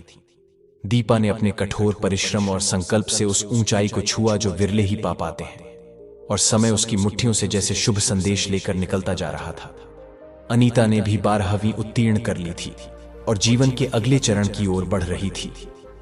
यह दृश्य स्पष्ट कर रहा था कि जब आशीर्वाद और मेहनत साथ हो तो जीवन की राहें स्वयं सरल हो जाती हैं। अनीता ने अब जी की परीक्षा की तैयारी का संकल्प लिया। दीपा भी कॉमर्स के साथ सीए की प्रवेश परीक्षा की तैयारी में जुट गई। इस कठिन मार्ग में उसके ताऊजी और बड़े भाई राज ने गुरु समान उसका मार्गदर्शन किया। दीपा के लिए शहर से बाहर जाकर पढ़ाई करना संभव नहीं था, क्योंकि उसका हृदय अपने माता पिता के प्रति असीम प्रेम से भरा था। वह उन्हें छोड़कर कहीं जाने की कल्पना भी नहीं कर सकती थी। उसका मानना था कि शिक्षा का केंद्र स्थान नहीं, बल्कि एक साधना है। परिश्रम कहीं भी किया जाए, सफलता अवश्य मिलती है। दीपा का बचपन कठिनाइयों से भरा था। उसने अपने पिताजी को सीमित आय में घर चलते देखा था और अपनी मां को घर के हर खर्च को बड़े संतुलन से संभालते देखा था। इसी ने उसे प्रेरणा दी कि वह अपनी मां को आत्मनिर्भर बनाने में मदद करे। आय का स्रोत बढ़ेगा तो जीवन का स्तर भी सुधरेगा और भविष्य भी सुरक्षित होगा। दीपा का एक और संकल्प था, वह अपनी बहनों के सपनों की उड़ान को कभी रुकने नहीं देगी। वह चाहती थी कि अगर कभी मीना या अनीता कोई बड़ा सपना देखें तो धन की कमी उन्हें रोक न सके। सीए की परीक्षा पास करना उसके लिए एक तपस्या जैसा कार्य था, पर वह जानती थी ईश्वर उसकी मदद करता है जो खुद अपना संकल्प नहीं छोड़ता। उसने हर क्षण को समर्पित कर दिया प्रार्थना, पढ़ाई और परिश्रम में। अनीता, जिसने 12वीं में सुंदर अंक प्राप्त किए थे, उसका सपना था एक उत्कृष्ट इंजीनियर बनने का। उसने अपनी यह इच्छा दीपा से साझा की। दीपा ने यह बात विराज भैया से कही। विराज भैया ने उत्साह से कहा, अनीता, तुम्हारे अंक बहुत अच्छे हैं, तुम्हें जेई की तैयारी करनी चाहिए और किसी उत्तम सरकारी कॉलेज में प्रवेश लेना चाहिए। अनीता ने मुस्कुराते हुए उत्तर दिया, मैंने तो तैयारी शुरू कर दी है, फॉर्म भी भर दिया है, बस अब अच्छे से पढ़ाई करनी है। विराज ने हंसते हुए कहा, बड़ी बहन तो कमाल कर रही है, लेकिन अब छोटी बहन भी पीछे नहीं है, वह भी बहुत होशियार है। विराज की बात सुनकर सभी के चेहरे खिल उठे। दीपा को यह सुझाव अत्यंत सार्थक लगा और विशाल ने भी प्रसन्नता से सिर हिलाकर सहमति दी। अब दोनों बहनों ने मन में पवित्र संकल्प कर लिया था कि जीवन में कुछ महान और उल्लेखनीय करना है। समय ऐसे बहता जा रहा था जैसे प्रभु की इच्छा से उड़ते पंख। देखते ही देखते दीपा ने बीकॉम की पढ़ाई पूरी कर ली और सबके लिए आनंद का क्षण तब आया जब उसने पूरे परिवार को सीए की परीक्षा उत्तीर्ण करके आश्चर्य और गर्व से भर दिया। इस उपलब्धि पर ताऊजी का आनंद तो जैसे अभिव्यक्तियों से परे था। उनका वह सपना जो समय के थपेड़ों में अधूरा रह गया था, अब दीपा के माध्यम से पूर्ण होता प्रतीत हो रहा था। ताऊजी ने दीपा को हर चरण में संबल प्रदान किया था, इसलिए यह सफलता उन्हें अपनी निजी विजय जैसी प्रतीत हुई। दीपा ने अब देश की प्रतिष्ठित कंपनियों में आवेदन भेजना प्रारंभ किया। उसका सपना था कि वह किसी श्रेष्ठ कंपनी में अपना स्थान बनाए, पर उसके मन में यह चिंता भी थी कि नए परिवेश में वह स्वयं को कैसे ढालेगी। कॉलेज से प्लेसमेंट मिला था, पर नियुक्ति में कुछ समय था और दीपा ने निश्चय किया था कि वह इस समय को एक अच्छी इंटर्नशिप में लगाकर उपयोगी बनाएगी। तभी ताऊजी ने स्नेहपूर्वक कहा, बेटा, पहले मेरे एक मित्र की कंपनी में थोड़ा अनुभव ले लो, आगे जब अच्छा अवसर आए तो उसमें प्रवेश लेना सरल होगा। विशाल ने भी सहमति में सिर हिलाया। दीपा, ताऊजी बिल्कुल सही कह रहे हैं, कॉलेज से भी कभी कोई शुभ समाचार आ सकता है। विराज ने हंसते हुए कहा, ऐसे भी लोग होते हैं जो सीए बन जाने के बाद भी चिंता करते हैं कि नौकरी मिलेगी या नहीं। बहन, अब तुम सीए बन चुकी हो, अब किसी भी बात की चिंता छोड़ दो।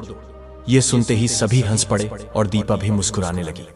समय धीरे धीरे प्रभु की लय में आगे बढ़ता गया और सभी अपने अपने कर्म में व्यस्त हो गए।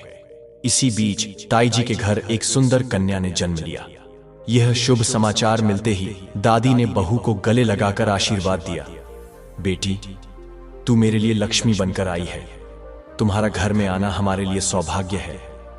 बेटा बेटी में कोई भेद नहीं है, तुम दोनों ही संसार की नींव हो। दादी ने अपने हाथों से सभी को मिठाई खिलाई और पूरे मोहल्ले में प्रसन्नता से मिठाई बंटवाई। सीता जब अपनी सास को देखकर आश्चर्य में पड़ गई तो जेठानी ने कोमल स्वर में कहा, सीता, मां का स्वभाव अब पूरी तरह से बदल गया है। उन्होंने अब समझ लिया है कि बेटा बेटी में भेद नहीं करना चाहिए। अगर बेटियों का स्वागत नहीं होगा तो बहुएं कहां से आएंगी? बेटियां ही तो बहू बनकर घरों को संभालती हैं। सीता ने नम्रता से कहा, हां भाभी, आप बिल्कुल सही कह रही हैं। यह समय का पुण्य है कि लोगों की सोच बदल रही है। मां जी के हृदय से भी अब वह पुराना भेद मिट चुका है। ताऊ जी और ताई जी भी इस परिवर्तन से अत्यंत प्रसन्न थे। उन्होंने अनुभव किया कि जब कोई समय के साथ अपने विचारों को ईश्वर के अनुसार बदलता है, तभी जीवन में सच्चा सुख और सम्मान मिलता है। संस्कारों का पालन आवश्यक है, परंतु पुरानी सीमित सोच को त्याग देना ही सच्ची उन्नति है। कुछ वर्षों के भीतर सीता और विशाल की तीनों बेटियां भी सफलता के मार्ग पर बढ़ने लगी। दीपा ने बीकॉम के बाद एक प्रतिष्ठित कंपनी में नौकरी प्राप्त कर ली, जिसमें वेतन भी पर्याप्त था। कंपनी ने उसके रहने के लिए एक फ्लैट भी उपलब्ध कराया। अब उसे घर से दूर जाना था, लेकिन उसने यह निर्णय लिया क्योंकि वह जानती थी कि बड़े सपनों की पूर्ति में त्याग आवश्यक होता है। सीता ने भी घर के कार्यभार को सशक्त रूप से संभाल लिया था। उसकी छोटी सी दुकान अब एक छोटा रेस्टोरेंट बन चुकी थी। उसने होम डिलीवरी के लिए एक सहायक रखा और कुछ अन्य कर्मचारी भी नियुक्त किए। सीता दिन भर सेवा में लगी रहती और विशाल कार्यालय से लौटकर बाकी कार्यों में हाथ बंटाता।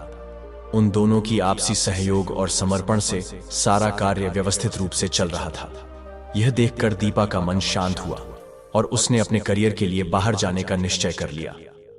अनीता ने भी अपनी प्रवेश परीक्षा उत्तीर्ण करके एक उत्कृष्ट विश्वविद्यालय में इंजीनियरिंग की पढ़ाई आरंभ कर दी थी। घर से दूर रहना उसके लिए नया अनुभव था, पर वह सदैव मां की सीख को स्मरण रखती थी। बेटी, तुझे बेटे जैसा बनकर दिखाना है, हमारा नाम ऊंचा करना है। शहर की चमक में अपना सच्चा रूप मत खो देना, अपने लक्ष्य से कभी मत भटकना। सीता के यह वचन अनीता के लिए जैसे ईश्वर की वाणी बनकर जीवन का पथ दर्शक बन गए। अनीता को पढ़ाई के लिए दूर भेजते समय सीता ने बड़े स्नेह और मंत्र भाव से कई बातों की सीख दी। उसने कहा, बेटी, वहां के नए वातावरण में समायोजन जरूरी है, लेकिन अपनी जड़ों से कभी मत भटकना। कठिन परिश्रम करना और अपने उद्देश्य के प्रति पूर्ण निष्ठा बनाए रखना। मेहनत का फल निश्चित ही मिलेगा, यह प्रभु का वचन है। दीपा के जाने के बाद अब रोहन की बारी थी। पैकिंग प्रारंभ कर दी क्योंकि उसे इसी माह अपनी नई नौकरी ज्वाइन करनी थी। विशाल ने बेटी की सहायता के लिए एक सप्ताह की छुट्टी ले ली और प्रेम से कहा, मैंने टैक्सी बुक कर ली है, आवश्यक वस्तुएं साथ ले लेना। गुड़गांव तुम्हारे लिए एकदम नया स्थान है, वहां का बाजार भी तुम्हारे लिए अनजान होगा, अतः जो जरूरी चीजें हैं वे घर से ही लेकर चलो, शेष वहां से धीरे धीरे ले लेना। सीता और मीणा भी दीपा के साथ चलने को तैयार थी। शाम को दीपा और मीणा अपनी ताई जी के घर गई और दादी मां से मिलकर उनका आशीर्वाद लिया। दादी ने प्रेम से कहा, बिटिया रानी, अब बड़े शहर जा रही हो, अपना ध्यान रखना, और हां, कभी कभी अपनी दादी को भी फोन कर लिया करना। काम में इतना न खो जाना कि मुझे भूल ही जाओ। दीपा ने मुस्कुराकर कहा, नहीं दादी, आपका आशीर्वाद ही तो हमारी सबसे बड़ी शक्ति है, आप चिंता न करें, पापा हमें छोड़ने जा रहे हैं। दादी ने फिर पूछा, बेटी, रेलगाड़ी से जा रही हो क्या? दीपा बोली, नहीं दादी, टैक्सी बुक की है, मम्मी पापा और मीना जी वापस रेलगाड़ी से आ जाएंगे। दादी ने जोर से पुकारा, बहू जरा बाहर आओ। ताई जी तुरंत बाहर आईं। क्या हुआ मां जी? दादी ने कहा, कुछ नहीं बहू, बस इतना पूछना था कि विराज की कार और ड्राइवर 2 दिन के लिए उपलब्ध हैं क्या? इतने में विराज ऑफिस से लौट आए। दोनों बहनों को देखकर उनके चेहरे पर हर्ष छा गया। उन्होंने दीपा को बधाई देते हुए कहा, बहन, तुम्हारी लगन और तब से ही तुम्हें इतनी बड़ी कंपनी में स्थान मिला है और इतना सुंदर घर भी मिल गया है। अब तो तुम्हारी जिंदगी में प्रकाश ही प्रकाश है। दीपा ने विनम्र मुस्कान के साथ कहा, भैया, अभी तो कुछ भी विशेष प्राप्त नहीं किया है। इस समय ताई जी ने विराज से पूछा, बेटा, 2 दिन के लिए तुम्हारी कार और ड्राइवर मिल सकते हैं क्या? राजा ने उत्सुकता से पूछा, क्या कार्य है मम्मी? ताई जी बोली, बेटा, दादी पूछ रही थी, अब तू बैठकर दादी से बात कर, मैं तब तक सबके लिए कुछ खाने का प्रबंध करती हूं। राजा बोला, मां, मेरे लिए भी 1 कप चाय बना देना। ताई जी रसोई की ओर चल दी। दादी ने विराज से स्नेह से कहा, बेटा, दीपा गुड़गांव जा रही है। ये लोग टैक्सी से जाने की सोच रहे हैं। अगर कार और ड्राइवर फ्री हैं तो इन्हें दे दो। सफर भी आराम से हो जाएगा और जब चाचा चाची लौटें तो उनका सफर भी सरल होगा। विराज ने तुरंत कहा, दादी, इसमें पूछने की क्या बात है? ये कार तो मेरी बहनों की सेवा के लिए ही है। दीपा ने संकोच से कहा, नहीं भैया, टैक्सी से ही चले जाएंगे, आप कष्ट ना करें। परंतु दादी ने दृढ़ता से कहा, नहीं, विराज की कार ही लेकर जाओ, ड्राइवर भी साथ रहेगा। दोनों बहनें आनंदित हो उठीं। चाय नाश्ता कर सबने विदाई ली और घर लौट आए। दीपा ने पापा को सारी बात बताई। भैया अपनी कार और ड्राइवर कल भेज देंगे, तो टैक्सी रद्द कर दीजिए। रात में दीपा ने अपना सारा सामान सुव्यवस्थित रूप से पैक कर लिया। सीता ने घर से थोड़ी आवश्यक राशन और भोजन की वस्तुएं साथ रख दी। अगले दिन सारा परिवार प्रभु का नाम लेकर गुड़गांव के लिए रवाना हुआ। फ्लैट पर पहुंचने के बाद सबने मिलकर सामान व्यवस्थित कर दिया। दीपा को जो आवास कंपनी की ओर से मिला था वह अत्यंत सुंदर और सुविधायुक्त था, जैसे किसी ने विशेष रूप से सजावट पर ध्यान दिया हो। सीता पहली बार किसी बड़े शहर में आई थी। अपनी बेटी की सफलता देखकर वह भावुक हो गई। उन्होंने वाकई में सीए की प्रतिष्ठा अर्जित कर ली थी। विशाल भी अपनी बेटी की इस उपलब्धि को देखकर ईश्वर के प्रति कृतज्ञ हो गए। रात्रि भोजन के लिए सभी बाहर गए और दिन भर की यात्रा के बाद सबने विश्राम किया। कुछ दिन दीपा के साथ रहकर सब वापस लौट आए। विशाल ने अपने भाई और भाभी को धन्यवाद दिया और फिर अपने कार्य में लग गए, जो उनके ना रहने से कुछ रुका हुआ था। मीणा भी अपनी कोचिंग क्लास में फिर से जुड़ गई। सच तो यही है कि अपनों का साथ हर कठिनाई को सरल बना देता है, और जो कठिन समय में साथ खड़ा रहे वही सच्चा अपना होता है। उधर अनीता कॉलेज की गतिविधियों में पूर्ण रूप से सक्रिय थी। खेल और पढ़ाई दोनों में वह पुरस्कार अर्जित कर चुकी थी। एक दिन उसके प्रोफेसर ने कहा, अनीता, तुम्हारी कदकाठी बहुत प्रभावशाली है, तुम्हें तो सेना में जाना चाहिए। यह सुनकर अनीता का आत्मविश्वास और बढ़ गया। उसने उत्तर दिया, सर, आपने मेरे मन की बात कह दी। मैं सच में भारतीय सेना में सेवा देना चाहती हूं, पर मुझे इसके बारे में कोई विस्तृत जानकारी नहीं है। क्या आप मुझे बता सकते हैं कि किस परीक्षा की तैयारी करूं जिससे मुझे सेना में एक पद प्राप्त हो सके? प्रोफेसर अग्रवाल, जो विद्यार्थियों को हमेशा मार्गदर्शन करते थे, ने ध्यानपूर्वक अनीता की बात सुनी और उसे समझाया कि एसएससी टेक्निकल एंट्री स्कीम के तहत भारतीय सेना में इंजीनियरिंग के छात्रों को एक अवसर मिलता है। शॉर्ट सर्विस कमीशन के तहत इंजीनियरिंग के अंतिम वर्ष के छात्र इस योजना में आवेदन कर सकते हैं। अनीता प्रोफेसर से विस्तृत जानकारी लेकर सेना में प्रवेश की तैयारी के लिए प्रेरित हो गई। सेना में चयन के लिए 2 लिखित परीक्षाएं होती हैं और कुछ साक्षात्कार। यदि आप इन सभी प्रक्रियाओं को सफलतापूर्वक पार कर लेते हैं तो आपका चयन पक्का हो जाता है। प्रोफेसर ने अनीता से कहा, अगर तुम्हारा चयन हो जाता है तो तुम्हें प्रशिक्षण के लिए सेना में भेजा जाएगा। प्रशिक्षण के दौरान तुम्हें प्रतिमाह एक स्टाइपेंड मिलेगा, यानी खर्चे के लिए एक निश्चित राशि प्राप्त होगी।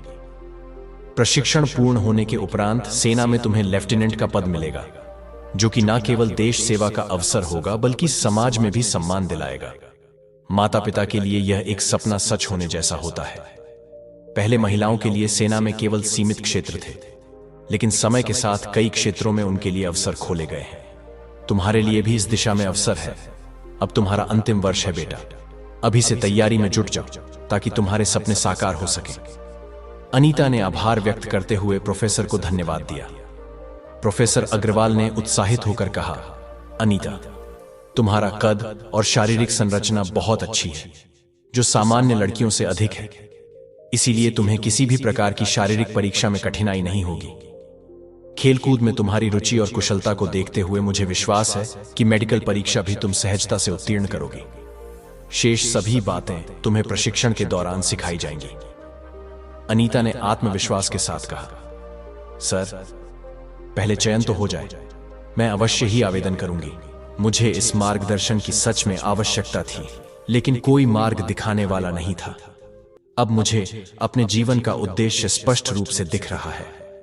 भारतीय सेना में सेवा देना मेरा सपना है और मैं अपने देश के लिए एक सम्माननीय पद प्राप्त करना चाहती हूं। इसी बीच सीता अपने कार्य में और भी अधिक व्यस्त हो गई, क्योंकि बच्चों की बढ़ती आवश्यकताओं और बढ़ती महंगाई का सामना करने के लिए उन्हें और अधिक मेहनत करनी पड़ी। हालांकि अब दीपा ने घर को आर्थिक रूप से सहारा देना शुरू कर दिया था। अपनी प्रारंभिक शिक्षा से ही बचत की आदत डाल चुकी दीपा हर महीने कुछ राशि घर भेजने लगी थी। यदि कभी अनीता को कुछ चाहिए होता तो वह अब अपनी बड़ी बहन से मांग लेती थी। बाहर रहकर पढ़ाई के कारण अनीता के खर्चे अधिक थे और कॉलेज के विभिन्न प्रोजेक्ट्स को पूरा करने के लिए पैसों की आवश्यकता होती थी। धीरे धीरे दीपा ने इन सारी जिम्मेदारियों को संभाल लिया था। अगर खर्चे बढ़ रहे थे तो कमाने वालों में भी वृद्धि हो रही थी। दीपा अब पूरी तरह आत्मनिर्भर हो चुकी थी और अतिरिक्त कार्य करके अतिरिक्त आमदनी भी करने लगी थी।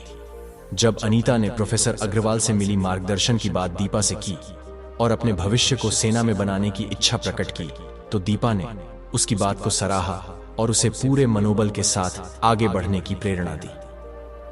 तू चिंता मत कर, पढ़ाई के साथ साथ प्रवेश परीक्षा की तैयारी में जुटी रहे और जैसा प्रोफेसर ने कहा है वैसे ही एक एक कदम उठाते जा, दीपा ने अनीता को प्रोत्साहित करते हुए कहा। अनीता मुस्कुराई और बोली, ठीक है दी, पर फिलहाल किसी को मत बताना। जब सब कुछ सही हो जाएगा तब हम सबको बताएंगे। दीपा ने सिर हिलाते हुए कहा, ठीक है, मेहनत का फल ही हमें हमारे सपनों की ओर ले जाता है। अनीता की डिग्री पूरी हो चुकी थी और अब वह सेना में चयनित होने की उम्मीद लगाए बैठी थी। जब उसका चयन हुआ तो वह सीधे प्रोफेसर अग्रवाल के पास गई, उनके चरण स्पर्श कर आशीर्वाद लिया और उन्हें मिठाई खिलाई। प्रोफेसर ने गर्व से कहा, अनीता, मैंने तो सिर्फ दिशा दिखाई थी, पर असल में अपनी मंजिल तक पहुंचने का साहस तुमने खुद किया। अनीता बोली, लेकिन सर, मार्गदर्शन तो आपका ही था, इसीलिए यह सफलता भी आपकी ही देन है। यह शुभ समाचार मिलते ही दीपा बिना देर किए अनीता के हॉस्टल पहुंच गई। अपनी बड़ी बहन को हॉस्टल के बाहर देखकर अनीता की खुशी का ठिकाना न रहा। वह दौड़कर दीपा से लिपट गई। दीपा ने मुस्कुराते हुए कहा, तूने तो सच में कमाल कर दिया, मुझसे भी आगे निकल गई। फिर हंसते हुए बोली, चल अब सामान पैक कर और मेरे साथ घर चल। मैंने ऑफिस से छुट्टी ले ली है, अब दोनों बहनें मिलकर मम्मी पापा को सरप्राइज देंगे। जब अनीता अपना सामान लेकर हॉस्टल से बाहर आई तो उसकी आंखें चमक उठीं। दीपा ने एक नई कार खरीदी थी। अनीता ने आश्चर्य से पूछा, दीदी, ये कार सच में हमारी है? दीपा ने गर्व से कहा, हाँ मैडम, ये मेरी मेहनत की कमाई से खरीदी है। पापा का सपना था कार लेना, आज वो सपना मैंने पूरा कर दिया। अनीता ने प्रसन्नता से कहा, दीदी, आपने तो सच में कमाल कर दिया। अब जब मम्मी पापा को यह खबर देंगे तो वे भी हैरान रह जाएंगे। घर पहुंचते ही देखा कि केवल मीणा घर पर थी। मम्मी और पापा अभी नहीं लौटे थे। शाम होते ही सबसे पहले पापा घर लौटे। जैसे ही उन्होंने घर में कदम रखा, दीपा ने कार की चाबी उनकी ओर बढ़ाई। पापा चौंक कर बोले, बाहर किसकी कार खड़ी है? अनीता मुस्कुराकर बोली, पापा, यह कार आपकी है। विशाल की आंखों में भावुकता तैरने लगी। उन्होंने कहा, मैं कब से कार लेने का सोच रहा था, लेकिन पहले तुम्हारी पढ़ाई, फिर अनीता और मीणा की जिम्मेदारी, इस कारण यह सपना अधूरा रह गया। दीपा ने स्नेह से कहा, पापा, अब आपका सपना पूरा हो गया, चलिए अब मम्मी को लेने चलते हैं। रास्ते में दीपा ने कहा, पापा, अनीता का सेना में चयन हो गया है। ये मैडम अब मुझसे भी आगे निकल गई हैं। कुछ ही दिनों में ट्रेनिंग पर जाएंगी और अब तो इन्हें वेतन भी मिलेगा, तो आप इनका खर्चा पानी बंद कर दीजिए। यह सुनकर सब ठाका मारकर हंसने लगे। विशाल का हृदय श्रद्धा और गर्व से भर उठा। मेरी नन्ही परियों ने मुझे जो खुशियां दी हैं, शायद बेटा भी नहीं दे पाता। सच ही कहते हैं, बेटा बेटी में कोई फर्क नहीं, फर्क तो हमारी सोच का होता है। सब कार में बैठकर सीता के पास पहुंचे। जैसे ही वे पहुंचे, मीणा ने कहा, दीदी, आप यहीं रुको, मैं मम्मी को बाहर लेकर आती हूं, उन्हें सरप्राइज देना चाहिए। मीणा जैसे ही सीता को बाहर लेकर आई, दोनों बहनों ने मम्मी को गले से लगा लिया। सीता ने कार में विशाल को बैठे देखा और पूछा, किसकी कार लेकर आए हो? मध्यम वर्गीय परिवार में यह एक बहुत बड़ी उपलब्धि होती है। कार देख सीता के चेहरे पर आश्चर्य और प्रसन्नता का अद्भुत संगम था। विशाल ने उन्हें कार में बैठने को कहा और सारी खुशखबरी बताई। सीता की आंखों में आंसू आ गए। उन्होंने सबसे पहले अपनी बेटियों की नजर उतारी और मन ही मन प्रभु का धन्यवाद किया। अगले दिन रविवार था। पूरा परिवार ताई जी से मिलने निकल पड़ा। ताई जी आज अत्यंत प्रसन्न थी। अपनी नन्ही परियों को ऊंचाइयों पर देखकर उनका हृदय गर्व से भर गया। उन्होंने तीनों बेटियों की बलाएं ली। घर का वातावरण आनंद और मंगलमय हो गया। निम्बा भी अपने बच्चों के साथ आई थी। उन्होंने अपनी दोनों भतीजियों को गले से लगाते हुए कहा, बेटियों, तुमने अपनी मेहनत और लगन से ये मुकाम पाया है। जब परिवार साथ देता है तो बेटियां वो आकाश छू लेती हैं। रात के भजन के बाद विशाल ने कहा, भाई साहब, अब इजाजत दें, कल सुबह दफ्तर भी जाना है।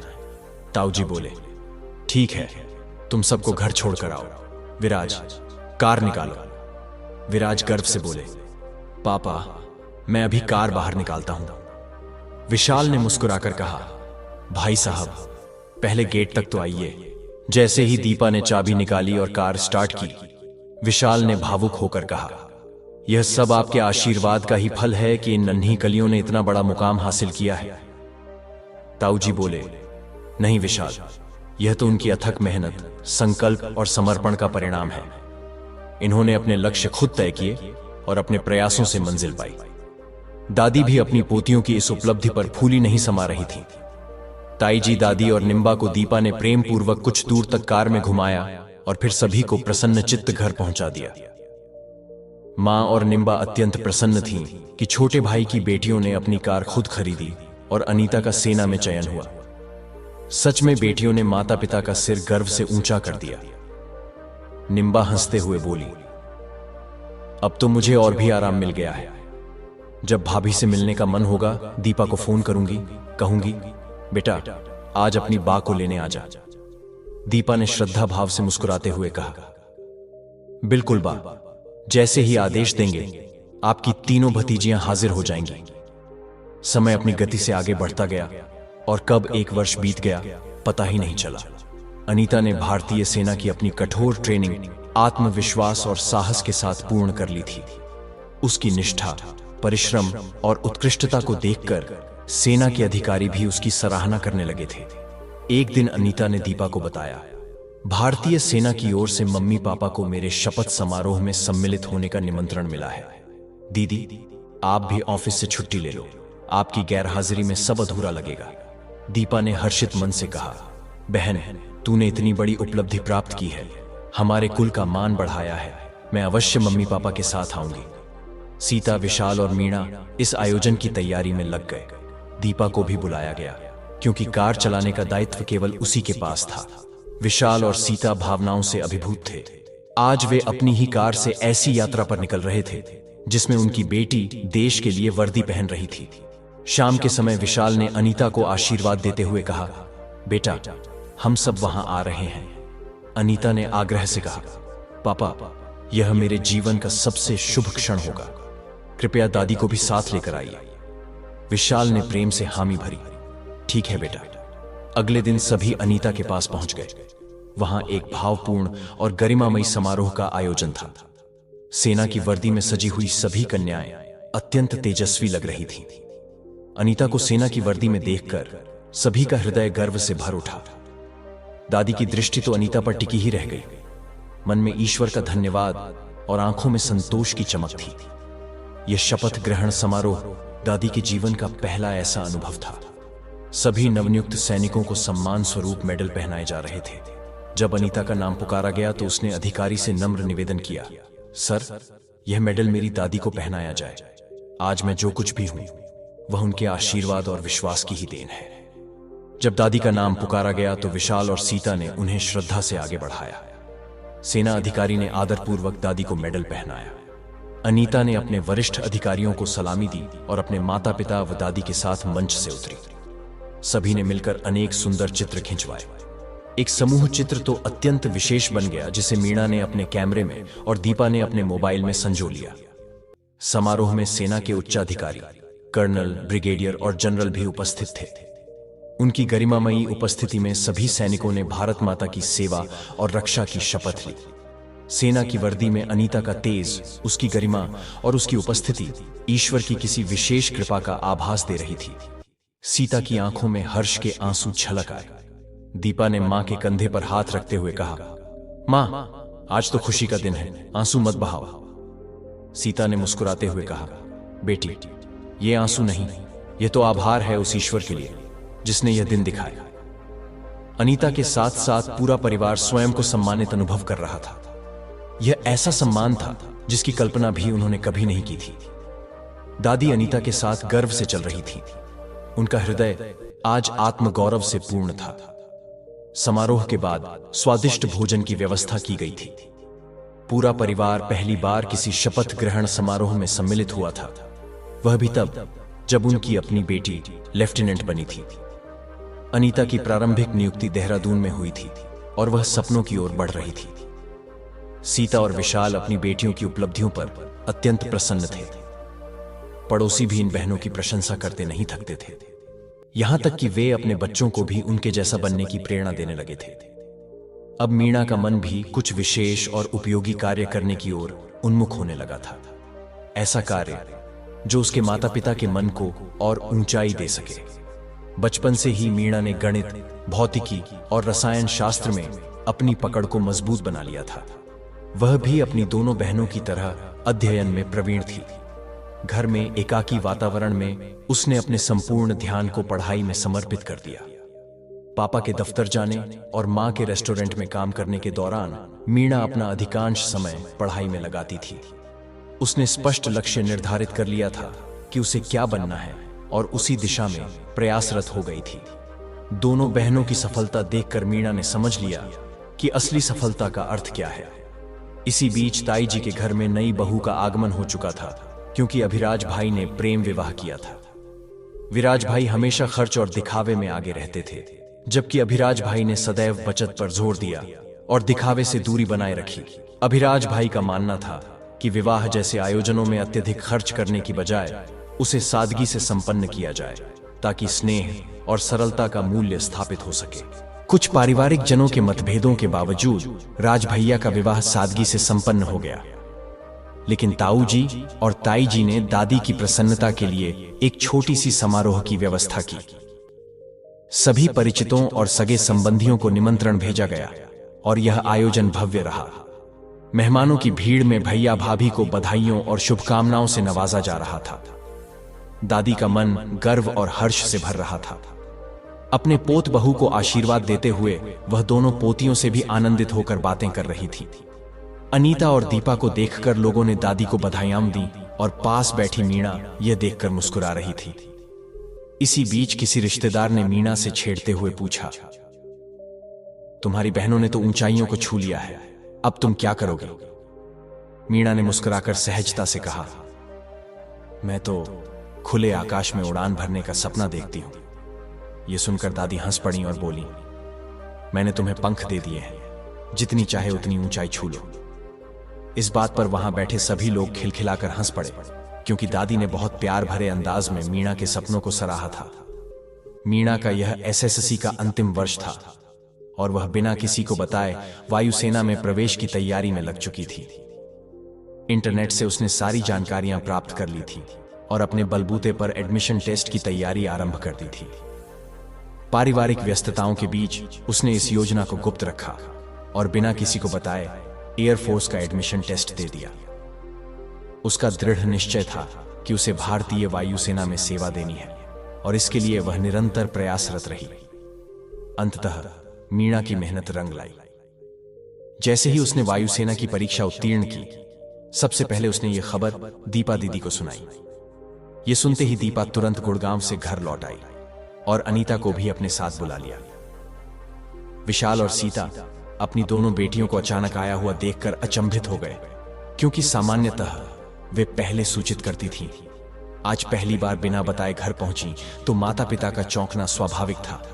दीपा ने मीणा को चॉकलेट से भरा एक डिब्बा सौंपा और बोली, आज सबसे पहले मम्मी पापा का मुंह मीठा करवाऊंगी। लेकिन इससे पहले कि वह ऐसा करती, मीणा ने जल्दी से चॉकलेट का टुकड़ा उठाकर दीपा और अनीता के मुंह में डाल दिया और दोनों बहनों के पैर छूने लगी।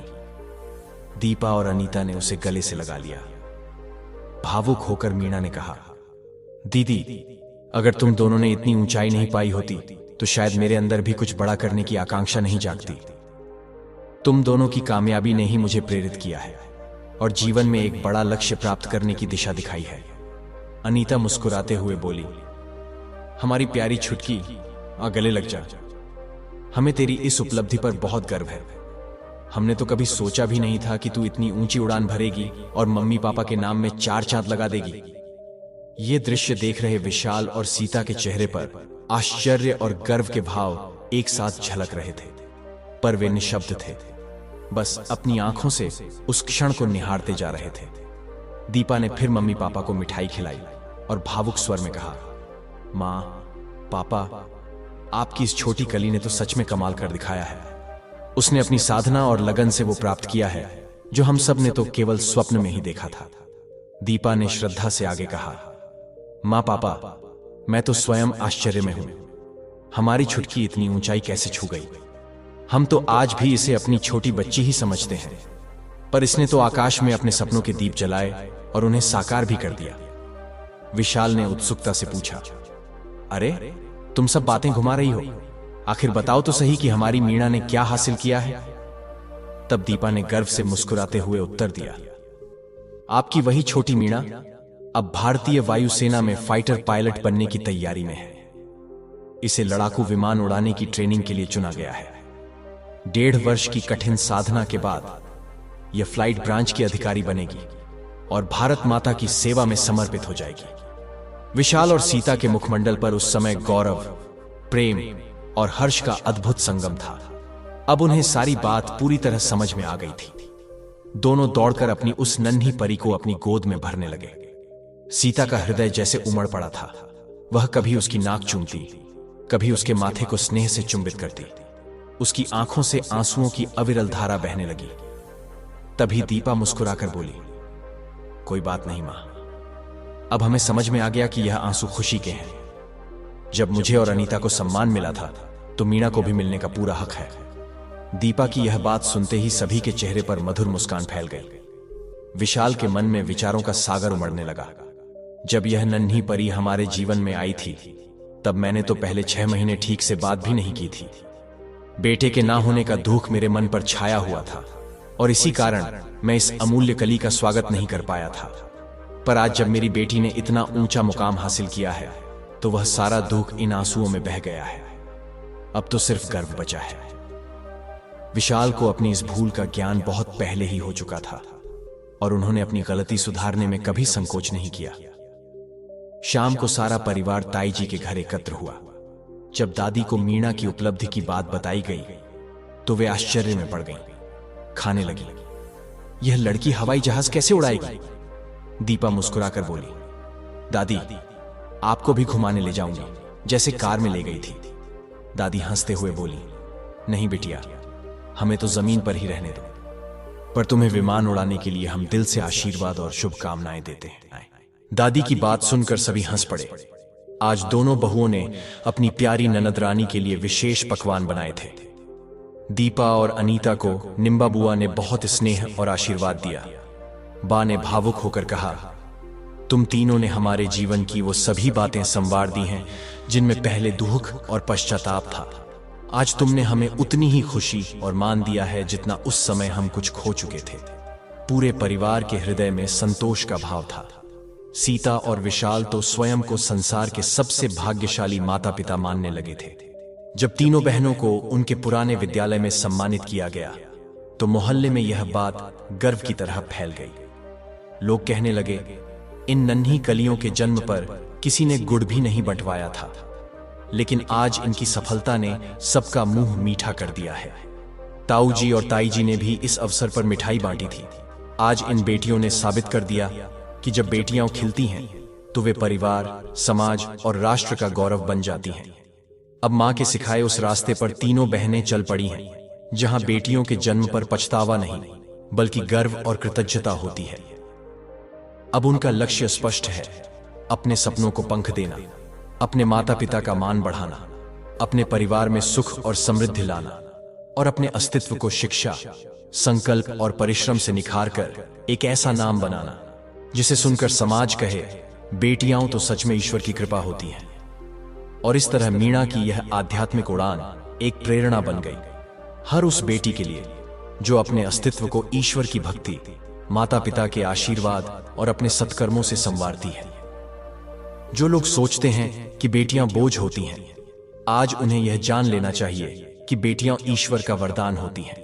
और जैसे जैसे समय चलता रहा, इस परिवार में संस्कार, श्रद्धा और संकल्प की गाथा आगे भी लिखी जाती रही, जहां एक मां का त्याग, एक पिता का प्रेम और 3 बहनों का संघर्ष देवत्व को छू गया। यह कहानी केवल एक घर की नहीं है, यह हर उस घर की कहानी है जहां बेटियां जन्म लेकर भाग्य नहीं बदलती, बल्कि अपने कर्मों से इतिहास रच देती हैं।